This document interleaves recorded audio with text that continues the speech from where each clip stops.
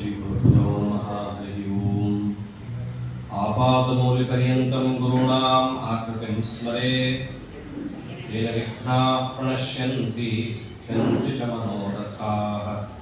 अस्मत्पुरुषसमारम्भां टीकाकृत्पादमध्यमां श्रीमदाचार्यपर्यन्तां वन्दे गुरुपरम्पराम्। वेदव्यासगुणावास विद्याधीशसतां वश मां निराशं गतक्लेशं भुवनाशं हरेनिशम्। द्वैपायनोष्ठपुटनिःसृतमप्रमेयं पुण्यं पवित्रमथ पापहरं शिवं च यो भारतं समधिगच्छति वाच्यमानं किं तस्य पुष्करजलैरभिषेचनेन। जयति पराशरसूनुः सत्यवती हृदयनन्दनो व्यासः यस्यास्य कमलगलितं वाङ्मयमृतं जगत्पिबति। यो हरिवंशं लेखयति यथा विधिना महातपास्सपदि स जयति हरिपदकमलं मधुपो यथा रसेन रुक्षः। नारायणं नमस्कृत्य नरं चैव नरोत्तमं देवीं सरस्वतीं व्यासं ततो जयमुदीरये। श्रीगुरुभ्यो नमः। हरिः ओम्।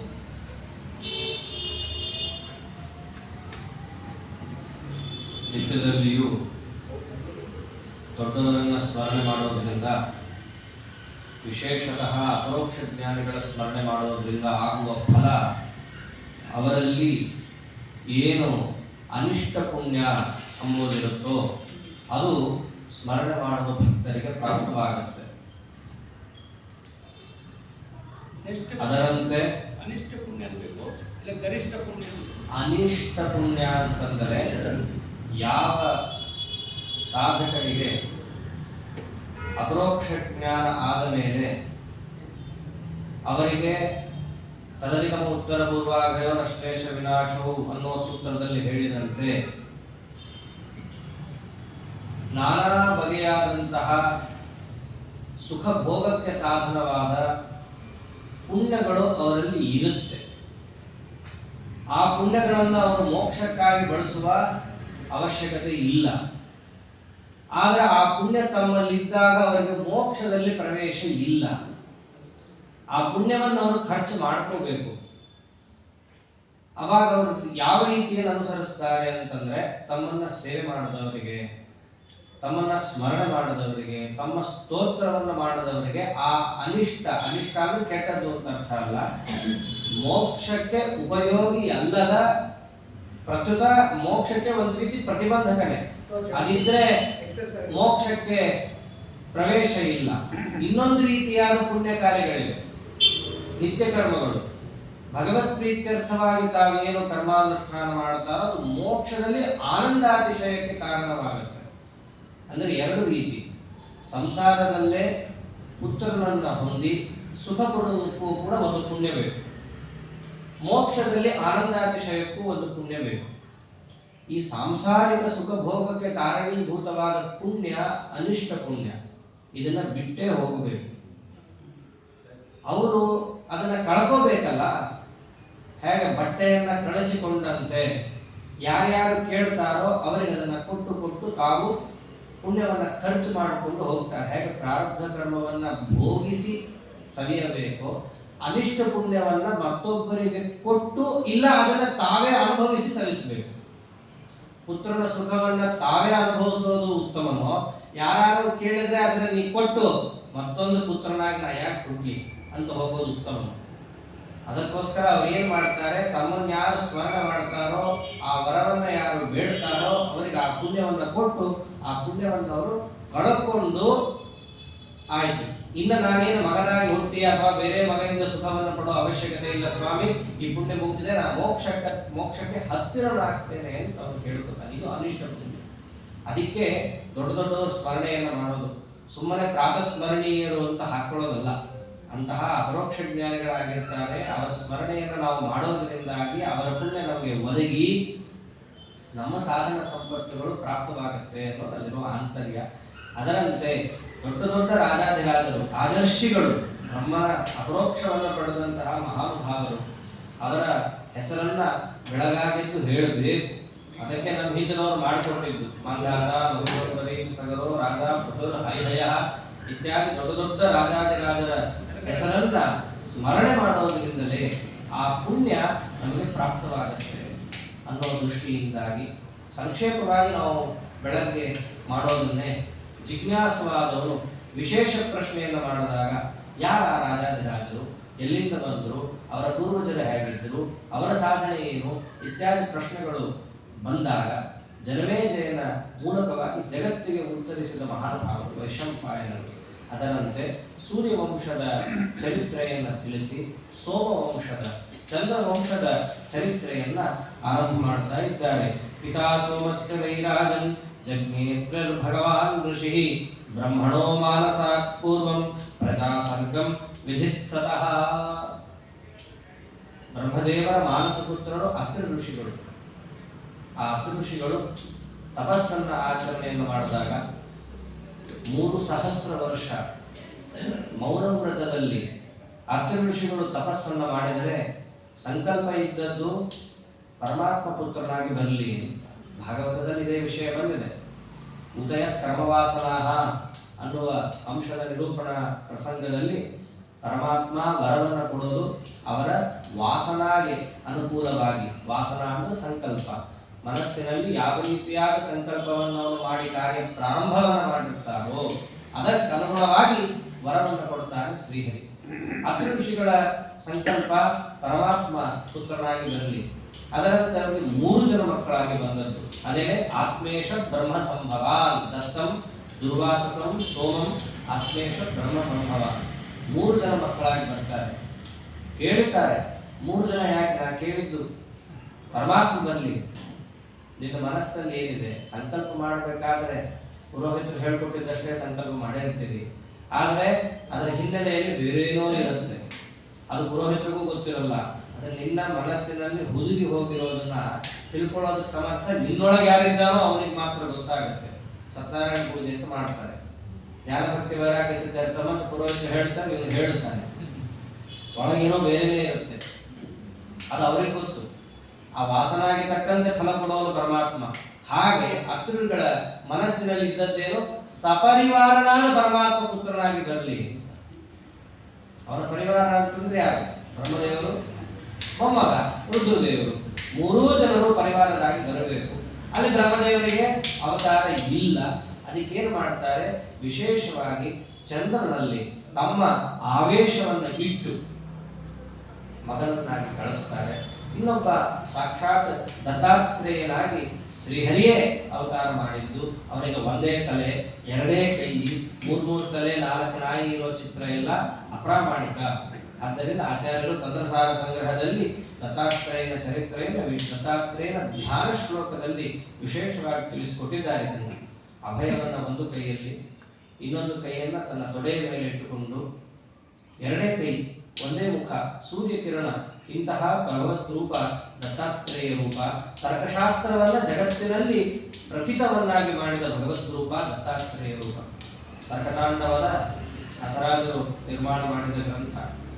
ಅದರ ಅಂತಿಮದಲ್ಲಿ ಮಂತ್ರಾಲಯ ಪ್ರಭುಗಳು ಯಾರಿಗೆ ಅರ್ಪಣೆ ಮಾಡ್ತಾರೆ ಅಂತಂದ್ರೆ ಈ ಗ್ರಂಥವನ್ನ ಅನಸೂಯ ಗರ್ಭರತ್ನಂ ಆನ್ವೀಕ್ಷತ್ಯ ಪ್ರಕಾಶಕಂ ಅಂತಂದ್ರೆ ಈ ತರ್ಕತಾಂಡವದ ತರ್ಕ ಬ್ರಹ್ಮತರ್ಕ ಏನಿದೆ ಇದನ್ನ ನಾವು ಯಾವ ಭಗವದ್ ರೂಪಕ್ಕೆ ಅರ್ಪಣೆ ಮಾಡಬೇಕು ಅಂತಂದ್ರೆ ದತ್ತಾತ್ರೇಯನಿಗೆ ಅರ್ಪಣೆ ಮಾಡಬೇಕು.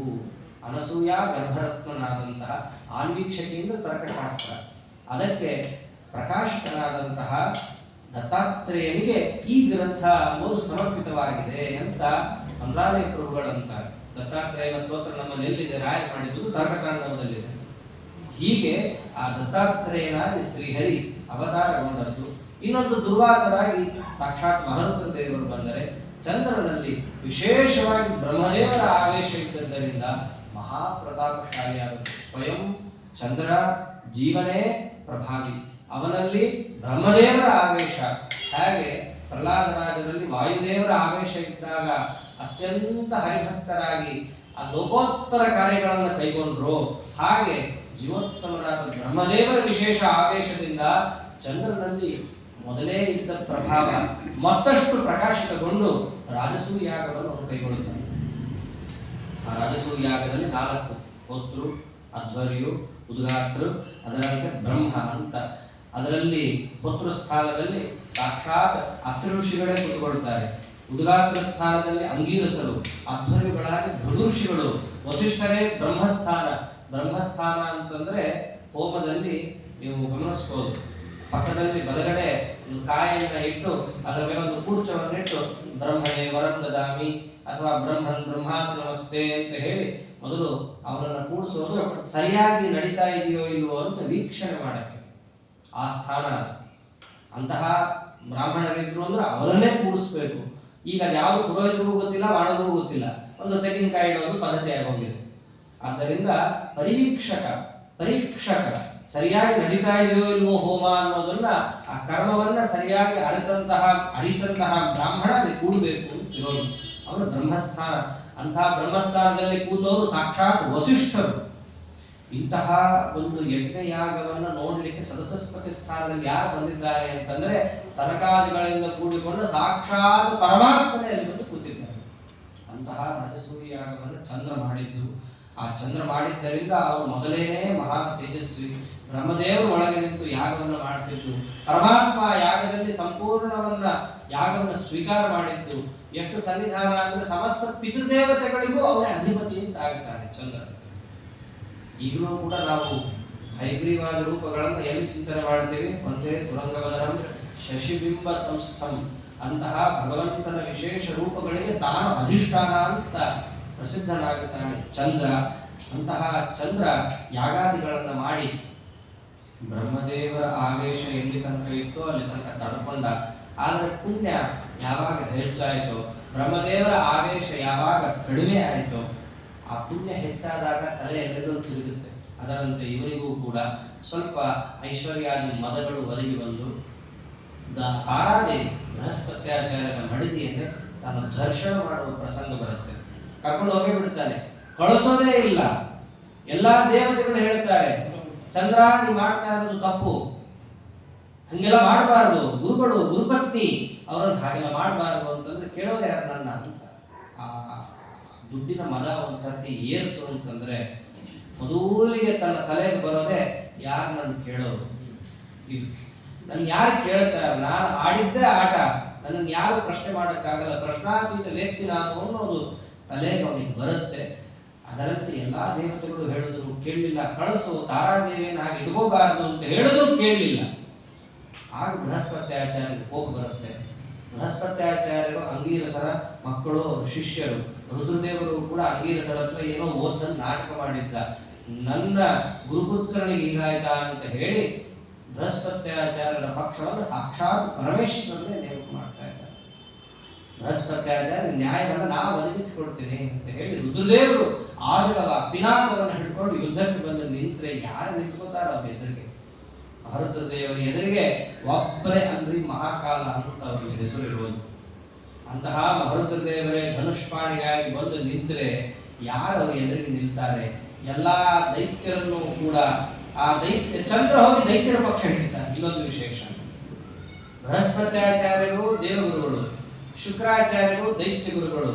ದೇವಗುರುಗಳಿಗೆ ಏನಾದರೂ ವಿಪ್ರದೀಪವನ್ನು ಮಾಡಿದ್ದಾರೆ ಅಂತ ತಿಳ್ಕೊಂಡು ಶುಕ್ರಾಚಾರ್ಯರು ಚಂದ್ರನ ಪಕ್ಷವನ್ನು ಹಿಡಿತಾರೆ. ಎಲ್ಲ ದೈತ್ಯರು ಚಂದ್ರನಿಗೆ ಸಪೋರ್ಟ್ ಮಾಡಿದ್ದವಾಗ ದೈತ್ಯರೆಲ್ಲ ಚಂದ್ರನ ಪಕ್ಷದಲ್ಲಿ ನಿಂತು ಹೋರಾಡಿದ್ದು. ದೇವತೆಗಳು ರುದ್ರದೇವರ ನೇತೃತ್ವದಲ್ಲಿ ಆ ಬೃಹಸ್ಪತ್ಯಾಚಾರ್ಯರಿಗೋಸ್ಕರ ಹೋರಾಡಿದ್ದು. ದೊಡ್ಡ ಯುದ್ಧ ಅಂಬುದು ನಡೆದು ಹೋಗುತ್ತೆ. ರುದ್ರದೇವರು ಪಿನಾಕಪಾಣಿಗಳಾಗಿ ಬಂದು ಬ್ರಹ್ಮಶಿರೋಸ್ತ್ರವನ್ನ ಎಲ್ಲಾ ದೈತ್ಯರ ಮೇಲೆ ಪ್ರಯೋಗ ಮಾಡಿದ್ರೆ ಸತ್ತು ಹೋಗ್ತಾ ಇರ್ತಾರೆ ದೈತ್ಯರು. ಅಷ್ಟರಲ್ಲಿ ಮಿಕ್ಕ ಋಷಿಗಳು ಮುಂತಾದವರೆಲ್ಲ ಬ್ರಹ್ಮದೇವರನ್ನು ಹೋಗಿ ಪ್ರಾರ್ಥನೆ ಮಾಡ್ತಾರೆ, ನಿಮ್ಮ ಮಗ ಬಹಳ ಸಿಟ್ಟಾಗಿದ್ದಾನೆ, ತಡಿಯಕ್ಕಾಗ್ತಾ ಇಲ್ಲ ಅವನನ್ನ.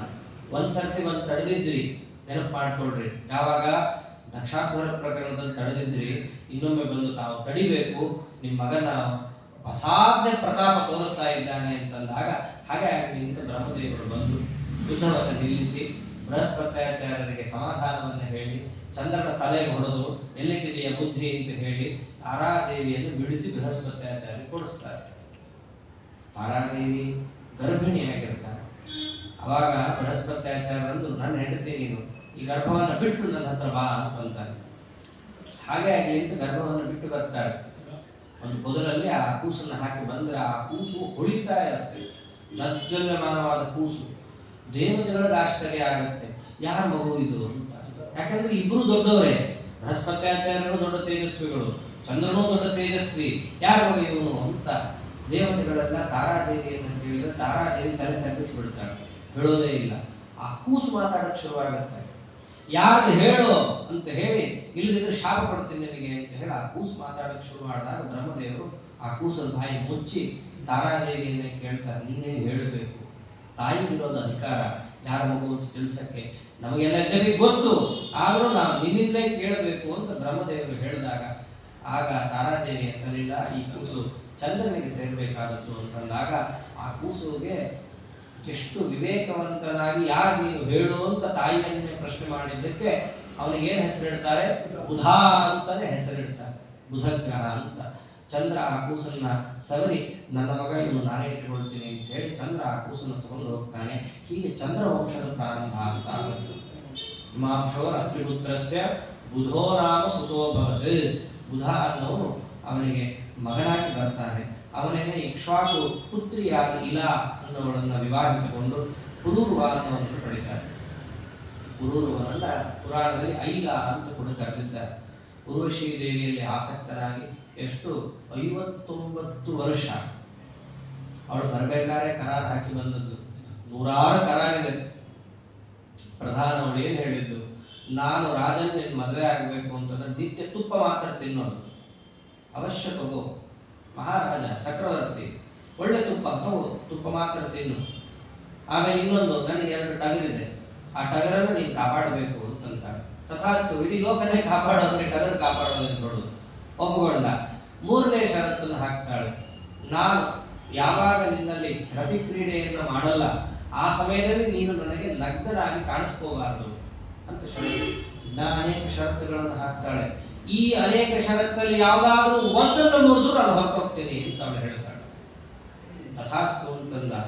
ಇದು 1ನೇ ದಿವಸ ಪ್ರಾರಂಭ ಆಗಿದ್ದು, 59 ವರ್ಷ ಅಲ್ಲೇ ಆಸಕ್ತನಾಗಿದ್ದಾನೆ. ಅಷ್ಟಾದರೂ 1ನೇ ದಿವಸದಲ್ಲಿ ಅವಳನ್ನು ನೋಡಿದ್ರೆ ಇವನು ಯಾವ ರೀತಿಯಾಗಿದ್ದೋ ಹಾಗೇ ಇದ್ದಾನೆ. ಇಂದ್ರದೇವರಂದು ಯಾವತ್ತೂ ಮುಗಿಯೋದು 59 ವರ್ಷ ಹೀಗೆ ಇವನು ಒಬ್ಬಳಲ್ಲೇ ಆಸಕ್ತನಾದ ಉದ್ಧಾರ ಆಗೋದು ಹೇಗೆ ಒಂದು ಅಂತ ಹೇಳಿ ಕಡೆಗೆ ಗಂಧರ್ವರನ್ನ ಕಳಿಸಿ ಆ ಟಗರನ್ನ ಅಪಹಾರ ಮಾಡುವ ನೆಪದಲ್ಲಿ ಹೋಗಿ ರಾತ್ರಿ ಆಗಿರುತ್ತೆ, ಕತ್ಲು. ಆ ಪೂರ್ವ 2 ಟಗರ್ ತಾನೆ ಹೋಗಿ ಅಂತ ಇವನು ಅಲ್ಲೇ ಕೂತಿರ್ತಾನೆ. ಬಿಡ್ಬೇಕಲ್ಲ ಅವಳು ಉರ್ವಶಿ, ಏನ್ರಿ ನಪುಂಸಕರಂತೂ ಇಲ್ಲೇ ಕೂತಿದ್ದೀರಲ್ಲ, ಮನುಷ್ಯರನ್ನು ಕಾಪಾಡೋದು ಹಾಳಾಗೋಗ್ಲಿ, ಒಂದು ಕುರಿ ಕಾಯೋ ಯೋಗ್ಯತೆ ಇಲ್ಲ ನಿಮಗೆ ಅಂತ ಅಂತಾಳೆ. ಛೇ, ನನ್ನ ಪುಂಸತ್ವಕ್ಕೆ ಧಿಕ್ಕಾರ ಅಂತಂದ.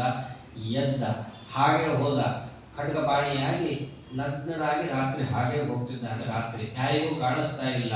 ಆ ಗಂಧರ್ವರು ರಾಜ ಬರೋದನ್ನು ನೋಡಿ ಟಗರನ್ನ ಅಲ್ಲೇ ಬಿಟ್ರು, ಹೋಗೇ ಬಿಟ್ರು. ಇಂದ್ರದೇವರು ಅದೇ ಸಮಯಕ್ಕೆ ನೋಡಿ, ಇಂದ್ರದೇವರು ಅಂದ್ರೆ ಯಾರು, ಮಳೆಯನ್ನ ಕೊಡೋನು ಅಂತ, ಮಿಂಚನ್ನು ಸೃಷ್ಟಿ ಮಾಡದ, ಬೆಳಕು ಬಿತ್ತು ಅವನ ಮೇಲೆ. ನಗ್ನರಾಗಿ ಆ ಪುರೂರವರನ್ನ ನೋಡಿದ್ದು ಉರ್ವಶಿ. ಹೇಳುದು, ನನಗೆ ಹೇಳಿದ್ದೆ ನಾವು ಯಾವಾಗ ರತಿಕ್ರೀಡೆಯಲ್ಲಿರಲ್ಲ ಆಗ ನೀನು ನಗ್ನನಾಗಿ ಕಂಡು ನೀನು ಬಿಟ್ಟು ಹೋಗ್ತೀನಿ ಅಂತ. ಬಿಟ್ಟು ಹೋಗ್ತೀನಿ, ಇದು ಹೋಗೇ ಬಿಟ್ಟು. ಇವನೇನು ಮಾಡಬೇಕು, ಟಗರನ್ನು ಕಾಪಾಡಬೇಕು, ಅವಳನ್ನು ಹಿಡ್ಕೋಬೇಕು. ಊರೆಲ್ಲ ಅಲಿತಾನೆ, ಉರ್ವಶಿ ಉರ್ವಶಿ ಉರ್ವಶಿ ಅಂತ ಅಲಿತಾನೆ, ಸಿಗಲ್ಲ. ಕಡೆಗೆ ಒಂದು ದಿವಸ ಅವಳೇ ಅಂತಾಳೆ, ನಾನು ಗರ್ಭಿಣಿ ಆಗಿದ್ದೇನೆ, 1 ವರ್ಷ ಆಗಿದೆ ನಿಮಗೆ ಸಿಗ್ತೀನಿ ಅಂತ ಹೇಳಿ ತಾನು ಹೋದಾಗ 1 ವರ್ಷ ಆದ್ಮೇಲೆ ಬರ್ತಾಳೆ, ಕೂಸನ್ನ ತಂದು ಕೊಡ್ತಾಳೆ. ನನಗೆ ಬೇಕು ಅಂತಂತಾನೆ. ಹಂಗೆಲ್ಲ ಕೊಡಕ್ಕಾಗಲ್ಲ, ಗಂಧರ್ವರ ಅಪ್ಪಣೆ ಇದ್ರೆ ಮಾತ್ರ ಕೊಡಕ್ಕಾಗೋದು ಕೂಸನ್ನ ಅಂತಂತಾರೆ. ಮತ್ತೆ ಏನ್ ಮಾಡಲಿ ನಾನು, ಗಂಧರ್ವರನ್ನು ಕುರಿತು ತಪಸ್ ಮಾಡು, ಗಂಧರ್ವ ಲೋಕಕ್ಕೆ ಬಾ, ಅವಾಗ ನಾ ಸಿಗ್ತೀನಿ, ಈ ಕೂಸುಗಳು ನಿನಗೆ ಸಿಗುತ್ತೆ ಅಂತಂತಾರೆ. ಹಾಗೆ ಆಗಲಿ ಅಂತ ಹೇಳಿ ಅವನು ಗಂಧರ್ವರನ್ನು ಕುರಿತು ತಪಸ್ಸು ಮಾಡಿದಾಗ ಆ ಗಂಧರ್ವರು ಬಂದು ಆ ಸುಪ್ರೀತರಾಗಿ ನನಗೆ ಉರ್ವಶಿ ಲೋಕ ಪ್ರಾಪ್ತಿ ಆಗಬೇಕು ಅಂತ ಅವನು ಕೇಳ್ಕೊಂಡದ್ದಕ್ಕೆ ಅವನಿಗೆ ಅಂತಾರೆ, ಹಂಗಿದ್ರೆ ನೀವು ಕೆಲವು ಮಂತ್ರಗಳನ್ನು ಕೊಡ್ತೀವಿ, ಆ ಮಂತ್ರಗಳಿಂದ ಹೋಮವನ್ನು ಮಾಡು. ಆ ಹೋಮ ಮಾಡ್ಬೇಕಾದ್ರೆ ಅಲ್ಲಿ ಇಲ್ಲಿ ಬೆಂಕಿಯಿಂದ ಹೋಮ ಮಾಡಿದ್ರೆ ಆಗಲ್ಲ. ಯಾವುದೋ ಕರ್ಪೂರ ಇಟ್ಟು ಬೆಂಕಿಪಟ್ಟಣ ನೀರಿ ಹಚ್ಚಿದ ಬೆಂಕಿಯಲ್ಲಿ ಹೋಮ ಮಾಡಿದ್ರೆಲ್ಲ ಸುಪ್ರೀತರಾಗಲ್ಲ. ಅದಕ್ಕಾದಂತಹ ಅರಣಿಯಲ್ಲಿ ಮಂತ್ರ ಮಾಡಿದ ಅಗ್ನಿಯಲ್ಲಿ ನೀನು ಹವನವನ್ನು ಮಾಡಬೇಕು ಅಂತ ಹೇಳಿ ಅವರೊಂದು ಸ್ಥಾಳಿಯನ್ನು ಕೊಡ್ತಾರೆ. ವನ್ನಿಯನ್ನು ಉತ್ಪಾದನೆ ಮಾಡಲಿಕ್ಕೆ ಯೋಗ್ಯವಾದ ಅರಳಿ, ಶಮಿ ವೃಕ್ಷದ ಅರಳಿಯನ್ನು ಅವನಿಗೆ ಕೊಡ್ತಾರೆ. ಅದರಂತೆ ಅವನ ತಪಸ್ಸಿಗೆ ಮೆಚ್ಚಿ ಅವನಿಗೆ ಆ ಪುತ್ರರು ಏನು ಉರ್ವಶಿಯಲ್ಲಿ ಹುಟ್ಟಿರ್ತಾರೆ, ಆ ಆಯು ಮುಂತಾದಂತಹ 7 ಜನ ಮಕ್ಕಳು, ಆಯು ಶತಾಯು ಮುಂತಾದಂತಹ ಮಕ್ಕಳನ್ನ 7 ಜನರನ್ನ ಅವನಿಗೆ ಕೊಟ್ಟು ತಗೊಂಡು ಹೋಗು ಮಕ್ಕಳನ್ನ ಅಂತ ಹೇಳಿ ಆ ಅರಳಿಯನ್ನ ಕೊಟ್ರೆ ಎರಡನ್ನ ಒಟ್ಟಿಗೆ ಮನೆಗೆ ತಗೊಂಡು ಹೋಗಂಗಿಲ್ಲ, ಬೆಂಕಿ ಮತ್ತು ಮಕ್ಕಳು. ಅದಕ್ಕೆ ಅವನೇನ್ ಮಾಡ್ತಾನೆ, ಒಂದು ಎಲ್ಲಿ ತಪಸ್ ಮಾಡಿರ್ತಾನೋ ಅಲ್ಲಿ ಆ ಸ್ಥಾಲಿಯನ್ನು ಇಟ್ಟು ಮಕ್ಕಳನ್ನ ಹೋಗಿ ರಾಜ್ಯದಲ್ಲಿ ನೆಲೆಸಿ, ಅವನು ನೆಲೆಸಿ ಅಂದ್ರೇನು ಪುನಃ ರಾಜ್ಯಕ್ಕೆ ಹೋಗಲ್ಲ, ಆ ಮಕ್ಕಳನ್ನ ಇಟ್ಟು ಅವರನ್ನೆಲ್ಲ ನೇಮಕ ಮಾಡಿ, ಯಾಕಂದ್ರೆ ಇವನು ಹವನ ಮಾಡಿ ಮೇಲೆ ಹೋಗುವನು, ಇವನು ಪುನಃ ವಾಪಸ್ ರಾಜ್ಯಕ್ಕೆ ಬರುವಂಗಿಲ್ಲ ಇವನು. ಅದಕ್ಕೆ ಏನ್ ಮಾಡ್ತಾನೆ, ಮಕ್ಕಳನ್ನೆಲ್ಲ ವ್ಯವಸ್ಥಿತಗೊಳಿಸಿ ಮಂತ್ರಿಗಳನ್ನೆಲ್ಲ ನೇಮಕ ಮಾಡಿ ಪುನಃ ಅರಣ್ಯಕ್ಕೆ ಬಂದ್ರೆ ಅರಣ್ಯ ಬೆಳೆದೋಗಿರುತ್ತೆ. ಹೆಂಗೆ ಅಂತಂದ್ರೆ ಆ ಸ್ಥಾಲಿಯ ಮೇಲೇನೆ ಒಂದು ಆ ವಟವೃಕ್ಷ, ಅರಣ್ಯ ಅರಳಿ ವೃಕ್ಷ, ಅರಳಿ ಮರ ಅದು ಬೆಳೆದು ಬಿಟ್ಟಿರುತ್ತೆ. ಅರಳಿ ಮರ ಎಲ್ಲಿ ಬೆಳೆಯುತ್ತೆ ಯಾರಿಗೂ ಗೊತ್ತಿಲ್ಲ, ಅದು ಸಂಧಿ ಬೆಳ್ಕೊಂಡ್ಬಿಡುತ್ತೆ ಒಂದೊಂದ್ಸರ್ತಿ.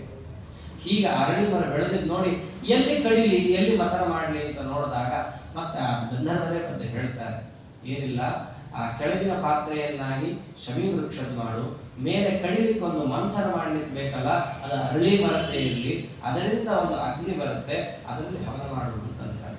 ಹಾಗಾಗಿ ಇವನು ಮಥನ ಮಾಡಿದಾಗ 3 ಅಗ್ನಿಗಳು ಬರುತ್ತೆ. ಅದೇನೆ ತ್ರೇತಾಗ್ನಿ, ಅಲ್ಲಿಂದ ತ್ರೇತಾಯುಗದ ಪ್ರಾರಂಭ ಅಂತ. ಅಲ್ಲಿ ತನಕ ಕೃತಿಯುಗ ಇದ್ದದ್ದು, ಅಲ್ಲಿಂದ ತ್ರೇತಾಯುಗದ ಪ್ರಾರಂಭ. ಅದೇ ಗಾರ್ಹಪತ್ಯ, ಆಹವನೀಯ, ದಾಕ್ಷಿಣ ಅಥವಾ ದಾಕ್ಷಿಣಾತ್ಯ ಅಂತ 3 ಆ ಅಗ್ನಿಗಳು ಬಂದದ್ದಾಗ ಅದರಲ್ಲಿ ಇವನು ಹವನ ಮಾಡಿ ಉರ್ವಶಿ ಲೋಕವನ್ನು ಪಡೆದ ಅಂತ ಪ್ರಸಿದ್ಧವಾಗುತ್ತೆ. ಮೇಲ್ನೋಟಕ್ಕೆ ಸ್ತ್ರೀ ಲೋಲುಪನಾಗಿ ಕೆಲಸ ಮಾಡದ ಅಂತಿದ್ದರೂ ಕೂಡ ಒಳಗಿನ ಆಂತರ್ಯದಲ್ಲಿ ಅಲ್ಲಿ ಪರಮಾತ್ಮನನ್ನ ಸುಪ್ರೀತನನ್ನಾಗಿಸಿಕೊಳ್ಳೋದಕ್ಕೋಸ್ಕರವಾಗಿ ಈ ವೇದ ಮಂತ್ರಗಳಿಂದ ಹವನ ಮಾಡದ ಅನ್ನೋದನ್ನ ಭಾಗವತಾದಿಗಳನ್ನು ನಾವು ತಿಳಿಯಬಹುದಾಗಿದೆ. ಇಂತಹ ಪುರೂರವನ ವಂಶದಲ್ಲಿ ಬಂದವರೇ ಮುಂದಿನ ಪುರೂರವ ಮಹಾರಾಜ, ತಸ್ಯ ಪುತ್ರೋ ವ್ಯಜಾಯತ, ಅವನಿಗೆ ಮಕ್ಕಳೇನೆ ಅನೇಕರು, ಆಯು ಶತಾಯು, ಅದರಂತೆ ಅಮಾವಸು, ವಿಶ್ವಾಯು, ಋತಾಯು ಅಂತ ಅನೇಕ ಮಕ್ಕಳು ಅವನಿಗೆ ಹುಟ್ಟುತ್ತಾರೆ, 7 ಜನ. ಅದರಲ್ಲಿ ಅವನ ವಂಶವನ್ನು ವಿಸ್ತಾರವಾಗಿ ಹೇಳುವಾಗ ನಾವು ನೋಡಬಹುದಾದಂತಹದ್ದು ಏನು ಅಂತಂದ್ರೆ, ಅಲ್ಲಿ 2ನೇ ಮಗ ಅಮಾವಸು ಅಂತ ಹೇಳಿ ಆಯುವಿನ ವಂಶವನ್ನು ಮುಂದೆ ಹೇಳ್ತಾರೆ. ಅಮಾವಸುವಿನ ವಂಶವನ್ನು ಹೇಳುವಾಗ ಅವನ ವಂಶದಲ್ಲೇನೆ ಸುಹೋತ್ರರು ಬರ್ತಾರೆ. ಸುಹೋತ್ರರ ಮಗನೇ ಜನ್ಮ ಋಷಿ, ಜನ್ಮ ರಾಜಋಷಿ.